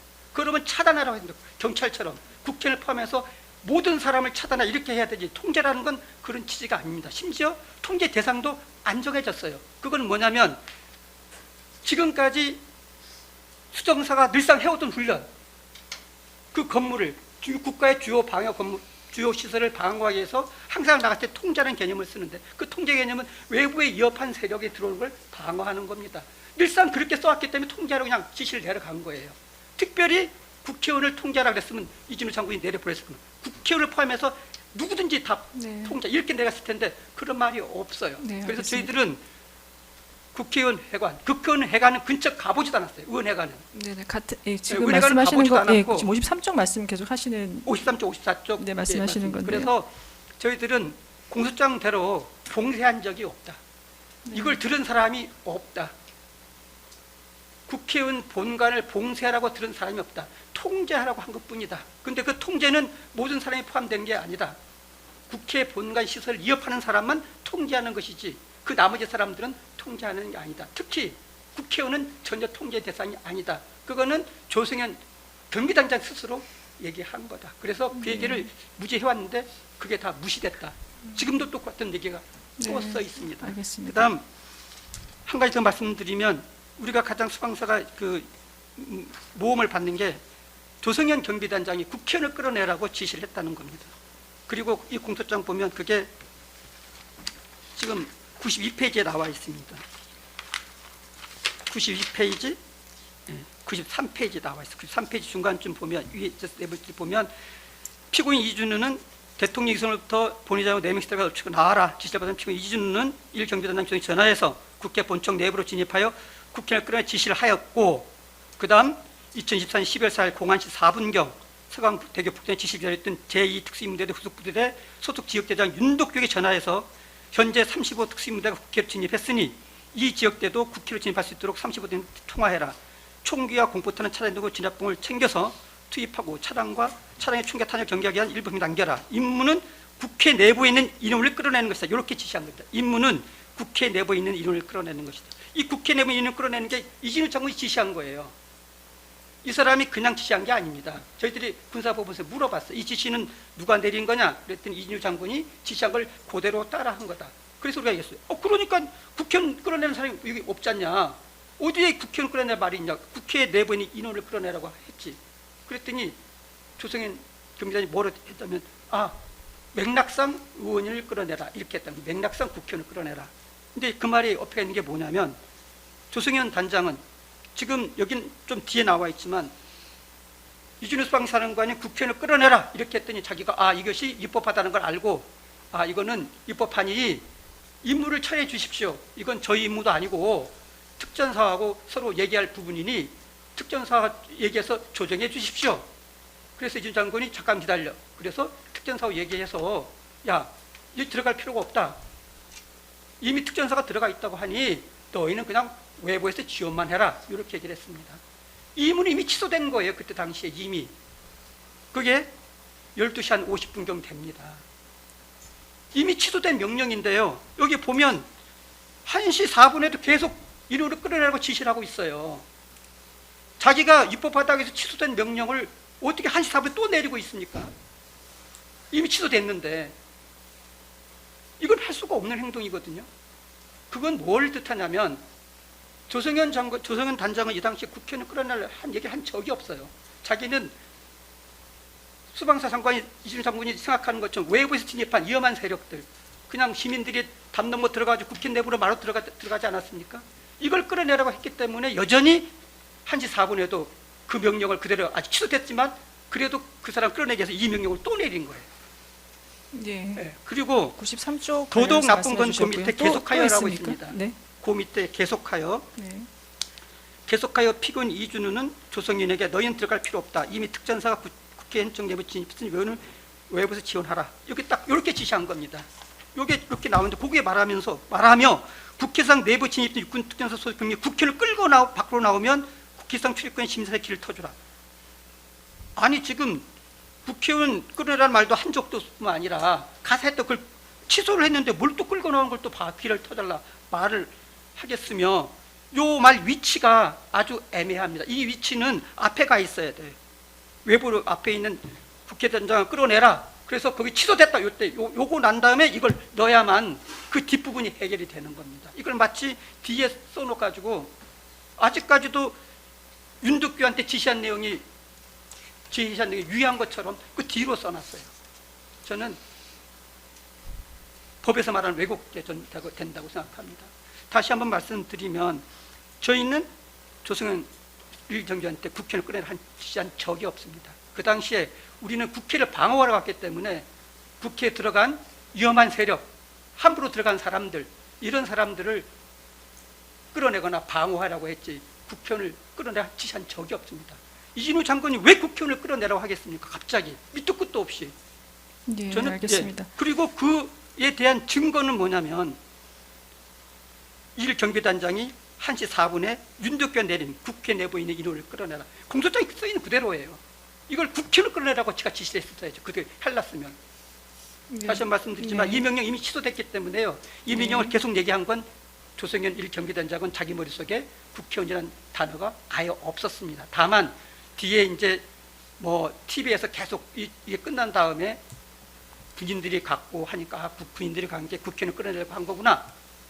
이런 것 때문에 왜곡이 되었다고 저는 생각합니다. 네. 저는 계속 얘기하지만 저도 뭐 옛날에 시험 붙어서 그런지 몰라도 국회의원들한테 비상계엄 해제권인지 몰랐어요. 그때 TV 보고 알았습니다. 네. 죄송한 말씀이지만 여기 있는 이진우 장군도 국회의원 해제권이 작전 중에도 몰랐어요. 네, 알겠습니다. 이 조성현 경비단장도 몰랐다고 증언을 했어요. 네. 여기 나가는 그 기밀 부분은 교도- 계속 말씀해 주셔서 저희가 예. 예, 판단하겠습니다. 그래서 국회 그 임무 자체 비상계엄 해제권이 있는지도 모르는 상태에서 끌어낼 이유가 예. 없다는 걸 다시 한번 주로 예. 네, 말씀하시는 게 53, 54, 92, 93쪽 관련해서 지금 말씀해 주셨고 네, 그 부분이 네, 네. 주요한 부분이라고 주장하시는 아주 취지시네요. 예, 예. 그래서 저희들은 결론적으로 비상계엄을 알아서 미리 기필적으로 알던 저희들은 잘 몰랐다. 아까도 말씀드린 것처럼 여러 가지 증거가 있음에도 있어서 저희는 몰랐고 객관적으로 확인이 되는 거고 그 다음에 공소장 내용처럼 김용현 장관이 국회의원 본관 및 의회관을 봉쇄함으로써 국회의원들의 비상계엄 저지권 전혀 그런 명령을 받은 적도 없고 그 명대로 따르지도 않았다. 마지막으로 한 가지 더 말씀드리면 네. 여기 계속 나와 있지만 총을 놓고 들어갔습니다. 제가 전부 다 말씀을 드렸는데요. 군인이 그것도 비상계엄이 선포된 이후에 훈련 중에도 군인은 총을 놓지 않습니다. 그런데 비상계엄이 터졌는데 어떻게 군인이 총을 놓고 들어가요? 네. 그 앞에까지 총을 싣고 간 버스가 있습니다. 거기서 놓고서 네, 그 부분은 뭐 예, 단독으로 들어가라 사실관계가 했습니다. 나와 있는 부분인 예, 거죠. 제가 네. 취지는 뭐냐면 지금 판사님 재판에 그 말에 대한 해석이 없어요. 제가 네. 그걸 얘기하는 겁니다. 알겠습니다. 군인이 총을 놓고 들어갔으면 봉쇄라는 말에 거부한 거예요. 네, 봉쇄와 네, 총을 놓고 알겠습니다. 들어간 거는 같이 양립될 수가 없는 말입니다. 제가 아까도 말씀드렸지만 이진우 장군이 침해를 알아서 명령 들은 걸 까먹었거나 봉쇄라는 명령을 까먹었거나 아니면 명령에 항명한 겁니다. 네. 총을 놓고 들어간 군인이 무슨 군인이에요? 제가 항상 얘기지만 민관인과 군인이 다른 건 두 가지입니다. 하나는 명령에 죽고 산다. 또 하나는 무기를 가지고 있다. 명령에 따라 출동을 했고요. 출동해봤더니 군인들이 심히 다칠 거예요. 만약 봉쇄라는 명령을 받고 이걸 이행했다면 다치는 거 상관없이 들고 나갔을 겁니다. 총을. 근데 총을 놓고 들어갔어요. 이게 공소장에 다 써 있어요. 다 네, 놓고 알겠습니다. 들어가라고. 네, 그 처음- 사실관계는 나와 있으니까 예, 네, 그게 판단 처음 근거로 내린 주장하시는 거고요. 명령입니다. 그래서 알겠습니다. 이 공소장은 다 필요 없어요. 총을 놓고 들어갔다는 그 하나로 이게 무죄라고 저는 생각합니다. 그래서 재판장님께서 제가 여러 가지 지금 얘기를 했지만 이거 가장 중요한 것만 얘기를 한 건데요. 가장 중요한 건 총을 놓고 들어간 겁니다. 그래서 제가 이진우 장관한테 훈장을 줘야 된다고 제가 말씀을 드렸어요. 재판 내내, 군사재판 내내. 영장할 때부터. 왜? 비상계엄 나간 중에 총을 놓고 간 군인이 어디가 있습니까? 자기 부하들한테 지시한 사람이 어디가 있습니까? 저는 봉쇄와 저지와 이 총을 놓고 들어가는 건 양립할 수 없는 개념이다. 그래서 이 하나만 가지고도 이 사람에게 명령을 이행할 의지도 없고 듣지도 않고 이행할 의지도 없고 해서 무죄가 선고된다. 저는 이렇게 말씀을 드릴 겁니다. 그래서 주요한 주장 예, 말씀해 주셨고 재판 더 추가할 거 하실 때 있으신가요? 예, 여러 가지 있지만 요 정도로 하고요. 네. 재판장님께서 앞으로 재판하실 때 오늘 제가 했던 이게 가장 중심되는 거니까요. 네, 알겠습니다. 네, 가장 주요한 부분 일단 말씀해 주셨고 뭐 기존에 또 주장하시는 부분이 있으니까 저희가 검토해 보겠습니다. 그 변경된 부분까지 해서 지금 인부 말씀해 주신 거죠? 네.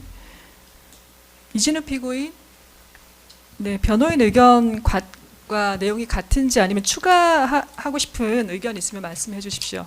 네, 감사합니다. 두 가지만 추가하겠습니다. 네. 변호인과 의견이 같고요.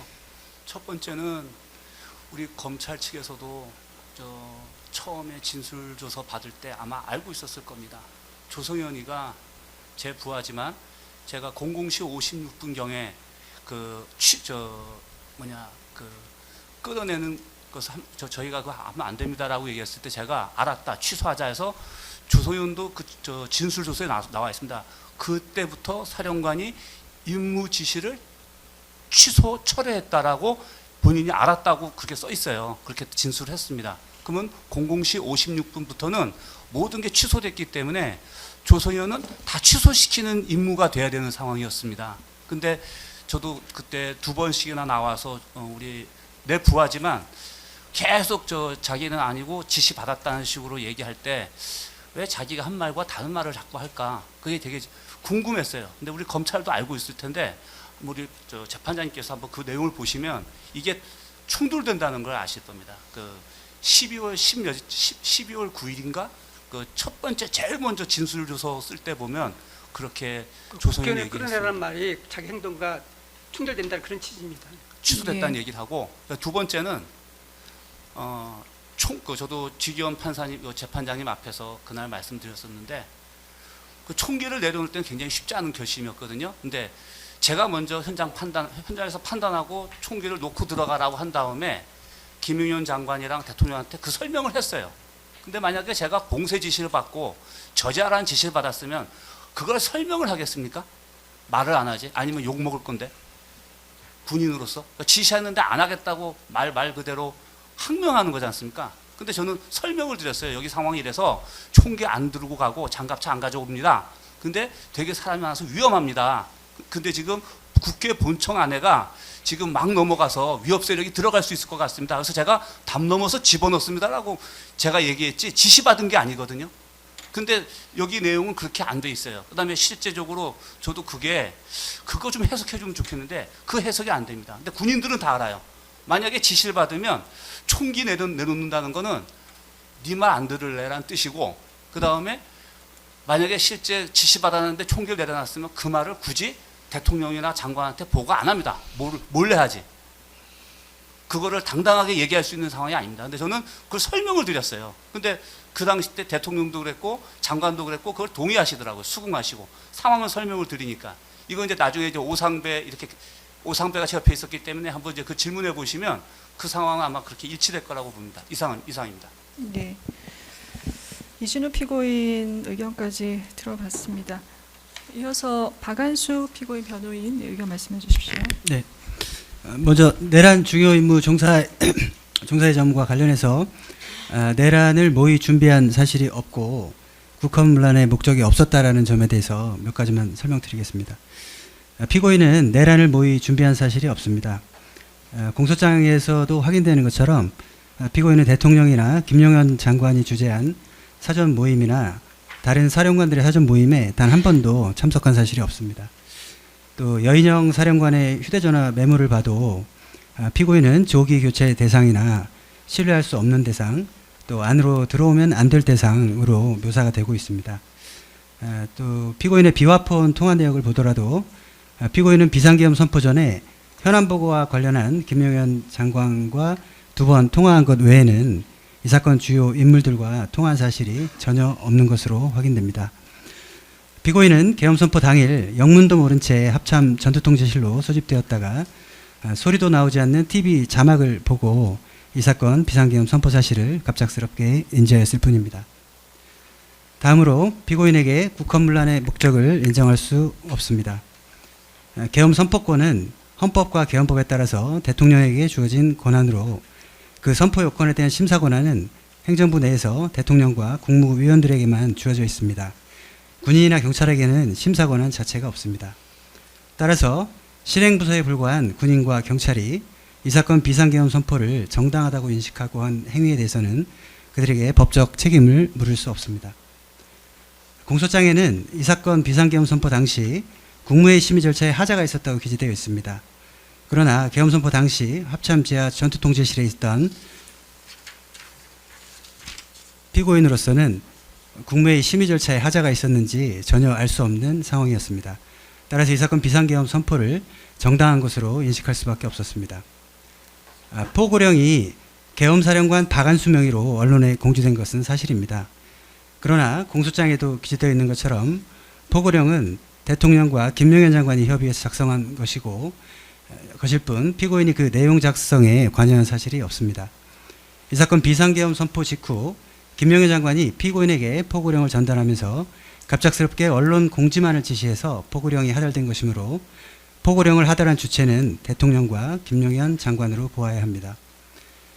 피고인은 갑작스럽게 선포된 비상계엄 상황에서 포고령의 내용을 정확히 인식할 수 없었고 그 내용의 위헌 위법성을 판단할 능력도 이를 정확히 심사할 시간적 여유도 없는 상황에서 법적 검토를 마쳤다라는 김용현 장관의 말을 믿고 단순히 포고령을 언론에 하달하는 사실 행위를 하였을 뿐입니다. 또한 공소장에 기재된 것처럼 피고인이 김용현 장관의 지시에 따라서 계엄사령부 구성에 관여한 것은 사실입니다. 그러나 계엄사령부는 합법적인 계엄 상황에서도 계엄법에 따라 당연히 구성되어야 하는 것입니다. 피고인이 이 사건 비상계엄 선포를 정당한 것으로 인식하고 있었던 이상 피고인이 계엄사령부 구성에 관여한 행위도 국헌문란의 목적을 인정할 수 있는 증거가 될 수 없습니다.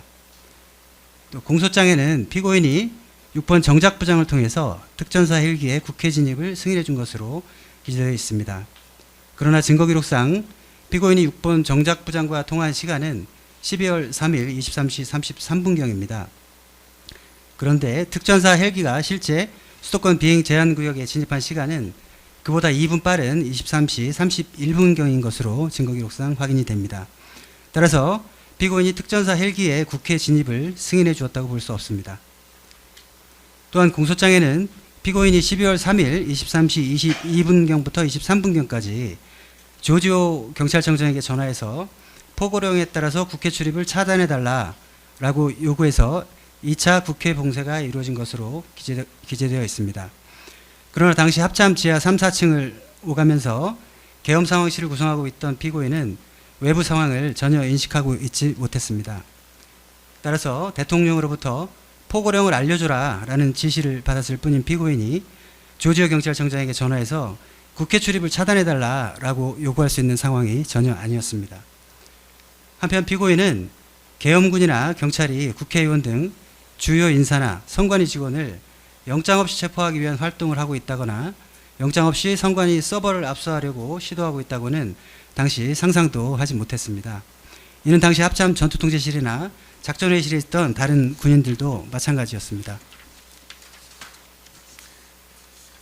무엇보다도 12월 4일 00시 34분경 특전사 707 특수임무단 병력 10여 명이 망치로 유리창 2개를 깨뜨리고 국회의사당 내부로 침투하고 또 이를 막기 위해서 국회 내 당직자 등이 소화기를 분사하는 등 물리적 마찰이 있는 긴박한 상황에서 00시 39분경 특전사령관이 테이저건과 공포탄 사용을 건의하였는데 피고인은 외부 상황을 정확히 인식하지 못하고 있던 상황에서도 함께 있던 장군들과 상의해서 테이저건과 공포탄 사용을 금지하도록 바로 지시했습니다.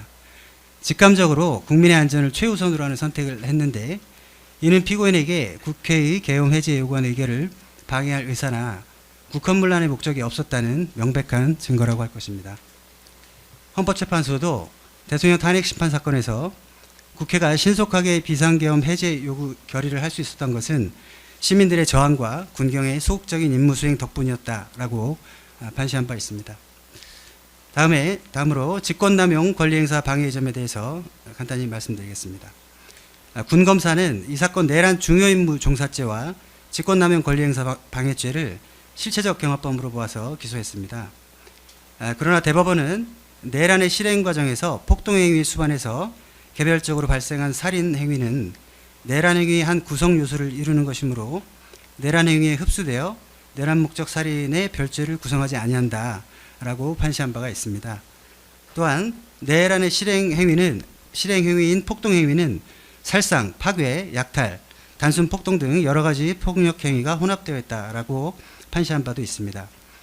따라서 이 사건 내란 중요 임무 종사죄가 성립한다고 가정한다면 내란 행위의 한 구성 요소를 이루는 직권남용 권리행사 방해 행위는 내란 중요 임무 종사죄에 흡수돼서 별도의 범죄가 성립될 수 없습니다.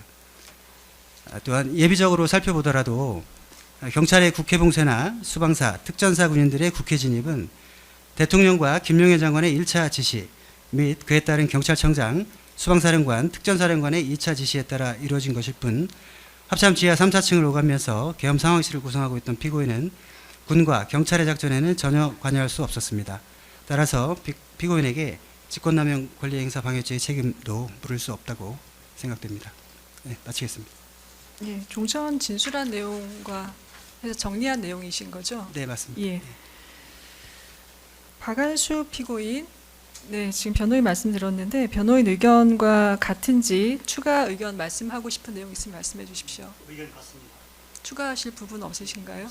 예. 곽종근 피고인 변호인 듣겠습니다. 피고인 곽정근의 변호인 신성수 변호사입니다. 저희는 공판 준비기일에 이미 진술한 바와 같이 이 사건 공소 사실을 인정하고 피고인의 잘못을 인정하고 있습니다. 다른 변호사님들이 좀 이야기하신 것 관련돼서 저희도 재판 준비 관련돼서 두 가지 정도 말씀드리겠습니다. 제 첫 번째는 피고인 곽정근은 윤석열, 김용현 지시를 거부할 수 있었지만 이를 거부하지 못해서 그대로 다른 것에 대해서 잘못을 인정하고 있습니다. 그러나 특전사령관의 지시를 받은 특전사회와 병력들의 부하들은 이를 거부하기 힘들었을 것입니다. 특전사 병력의 운영과 결과는 피고인 특전사령관의 책임이므로 기소되어 있는 다른 부하들의 형사 책임에 대해서 다시 한 번 더 검토해 주시기 바랍니다. 특히 1공수 여단의 병력과 관련돼서 같은 피고인 이진우는 공소장 99페이지에 나와 있는 것처럼 수방사령관 이진우가 특전사 1공수 여단장에게 담장을 넘어서 국회 경내에 들어가라고 지시하였습니다. 수방사령관이 특전사 여단장에게 그와 같은 지시를 한 거에 대해서 재판 과정에서 다시 한 번 더 밝히도록 하겠습니다. 피고인 박한수와 관련돼서 특전사 병력들은 공안시 공구분에 특전사령관의 철수 지시를 받고 각각 부대에 다 복귀하였습니다. 그러나 박한수는 02시 50분, 03시까지 그와 관련된 철수 지시를 하지 않았습니다. 그리고 공포탄 테이저건과 관련된 그 부분 역시 차후에 그 재판 진행 과정에서 그 당시 어떻게 건의를 했고 어떤 결론을 받았는지에 대한 부분을 밝히도록 하겠습니다. 이상입니다. 예.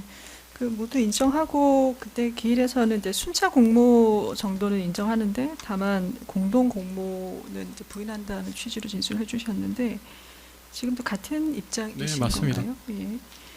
다시 검토를 해주시겠다고 하는 부분은 어떤 부분 관련해서 말씀하시는 건가요? 공소장 관련해서 말씀하신 사실관계 관련해서 말씀하십니까? 아닙니다. 사실관계 그런 부분은 없고 다만 특전사 부하들 지금 현재 기소되어 있는 다른 부하들이 있습니다. 그 부분에 대한 검토와 관련돼서 우리 현재 공소장에 기재된 부분이 예. 그들과도 특전사 부하들과도 공모해가지고 관련 네. 부분이 있다고 하는 부분만 조금 다시 정정하겠다는 것입니다. 그 부분이 변경된 공소장 몇 페이지인지 혹시 네, 관련성은 없습니다. 네. 그분 아까 말씀하신 게 공소장 관련해서 아까 말씀해 주신 것 같아서 그건 아니신 건가요? 네, 그 공소장 이야기한 거는 이진우와 관련된 99페이지만 말씀드렸고 나머지 변경된 공소사실 전부도 다 인정합니다. 네. 그러니까 부하들은 뭐 따를 수밖에 없었기 때문에 이 사건 피고인과는 사실 상관은 네. 없지만 그 부분 다른 사건에서 고려해달라 이런 말씀이신 예, 건가요? 그렇습니다. 예, 알겠습니다. 곽종근 피고인, 네, 똑같으시고 추가 의견 없으십니까? 예. 문상호 피고인 변호인 예. 있으신데요. 지금 3건 있습니다. 그래서 3건에 대해서 기존에 말씀을 해주셨지만 다시 한번 의견 말씀해 주십시오. 예, 뭐 요지만 간단하게 네. 얘기하겠습니다. 지금 그 갑자기 좀 생각이 난 건데 이 각종군 피고인 변호인이 순차 공모는 인정하고 그냥 공동 공모는 인정하지 않는다는 취지에 비추어 볼 때 이 문상호 피고인하고는 공모를 하지 않았다는 취지인 것 같습니다. 그러니까 문상호 피고인은 좀 다른 점이 있는 부분이 이 사건에서 이제 성관이 관련된 부분 이외의 부분은 계엄이 발령될 때까지 전혀 몰랐고 계엄 발령된 이후에 다른 부대가 투입된 걸 알았습니다.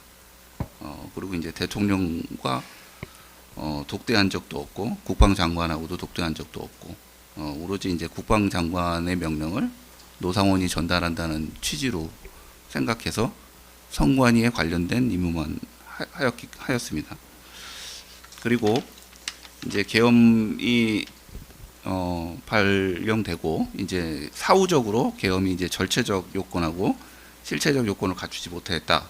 이거는 이제 사후적으로 밝혀진 것이고 그 당시에는 이 절차적 요건하고 실체적 요건을 갖추지 못했다는 사실을 알 수가 없습니다. 일단 절차적 요건은 뭐 국무회의 심의를 거쳤다고 다 생각을 하고 있으니 그건 알 수가 없었던 일이고요. 나중에 알 수 있었고 그러면 이제 실체적 요건을 갖추지 못했느냐 이 부분도 뭐 전시 상태가 아니니까 실체적 요건을 갖추지 못했다 이런 식으로 공소장에서 주장을 하는 것 같습니다. 그런데 지금 현대전은 그렇게 이제 총 갖고 싸우는 전쟁만 있는 것이 아닙니다.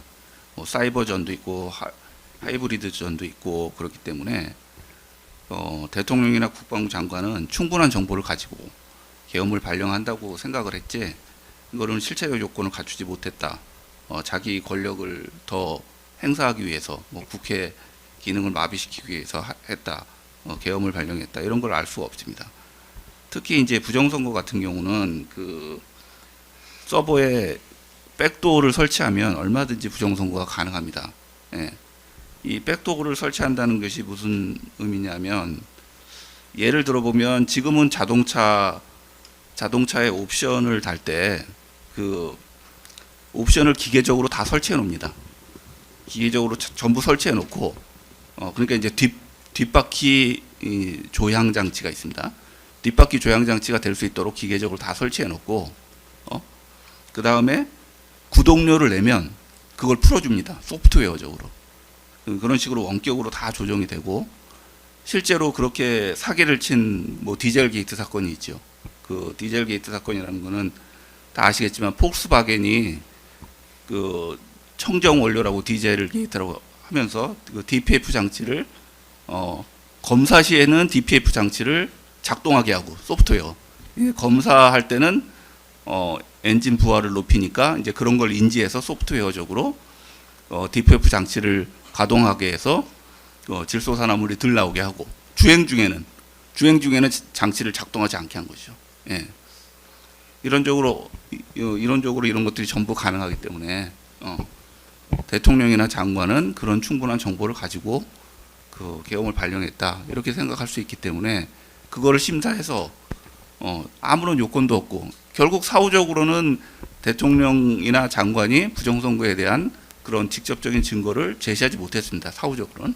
근데 이제 그거를 그 당시에는 알 수는 없는 것입니다. 네, 그렇기 때문에 모의한 바도 없고 계엄이 위법하다는 걸 알 수도 없고 설령 위법하다고 하더라도 그것이 곧바로 내란죄가 성립하는 건 아닙니다. 그리고 이제 직권남용 권리행사 방해죄 같은 경우도 어차피 명령을 받아서 다 한 행동이고 또 이제 내란죄가 성립하면은 거기에 흡수되는 것이 별개의 죄가 성립한다고 생각하지는 않습니다.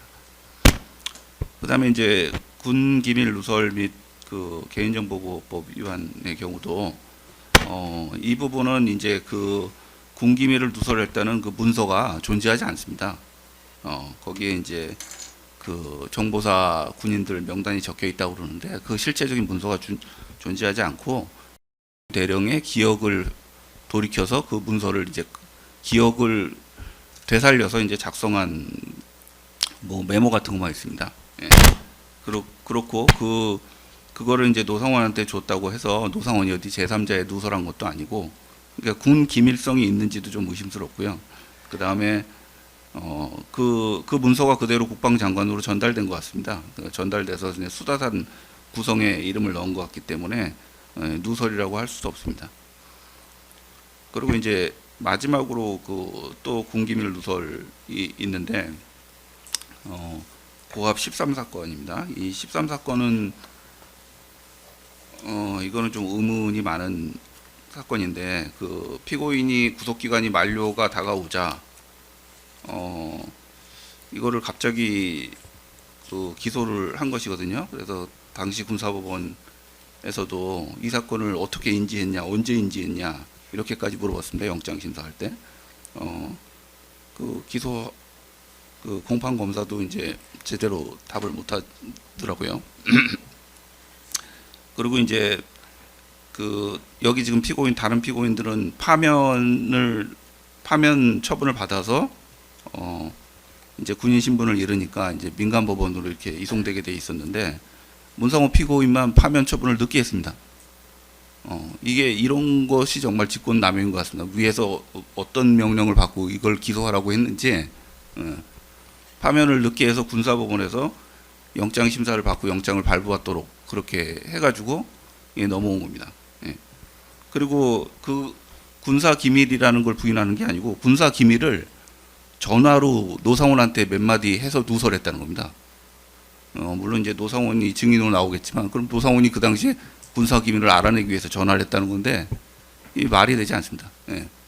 전화로 잘 들리지도 않는 통화로 그렇기 때문에 이 부분도 무죄 주장을 합니다. 예, 이상입니다. 예, 종전 의견과 같은 의견이십니다. 예, 예. 네. 네, 문상호 피고인, 네, 변호인 입장 의견과 같은지 추가 의견 있으면 말씀해 주십시오.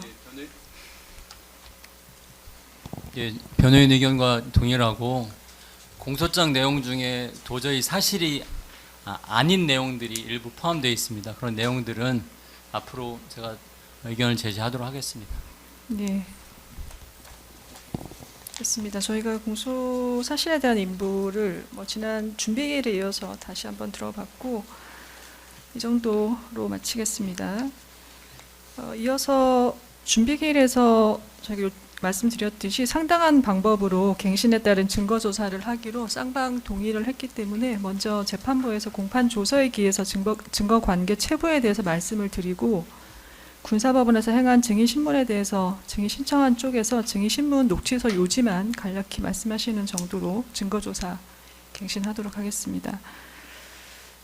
시간이 조금 걸릴 것 같아서 잠시 이제 이 부분만 말씀을 드리고 특검에서 지금 증거 녹취서 말씀하실 시간이 어느 정도 혹시 예정하고 계십니까? 20분에서 30분 정도. 30분 예정하고 계시고요. 피고인 측도 말씀할 부분 있으시죠? 증거 녹취서에 대해서 간략하게 말씀할 부분 있으시죠? 저희는 한 5분 정도는 5분 정도 있으시고 다른 피고인들 어떠십니까? 저희도 조금만 5분 정도씩 하십니까? 네. 알겠습니다. 그러면 증거조사 부분은 저희가 한번 정리를 할 부분이 있어서 그거 포함해서 잠시 휴정을 했다가 다시 진행하도록 그렇게 하겠습니다. 지금 3시 49분이어서 10분 정도 휴정하고요. 4시에 다시 개정하도록 하겠습니다.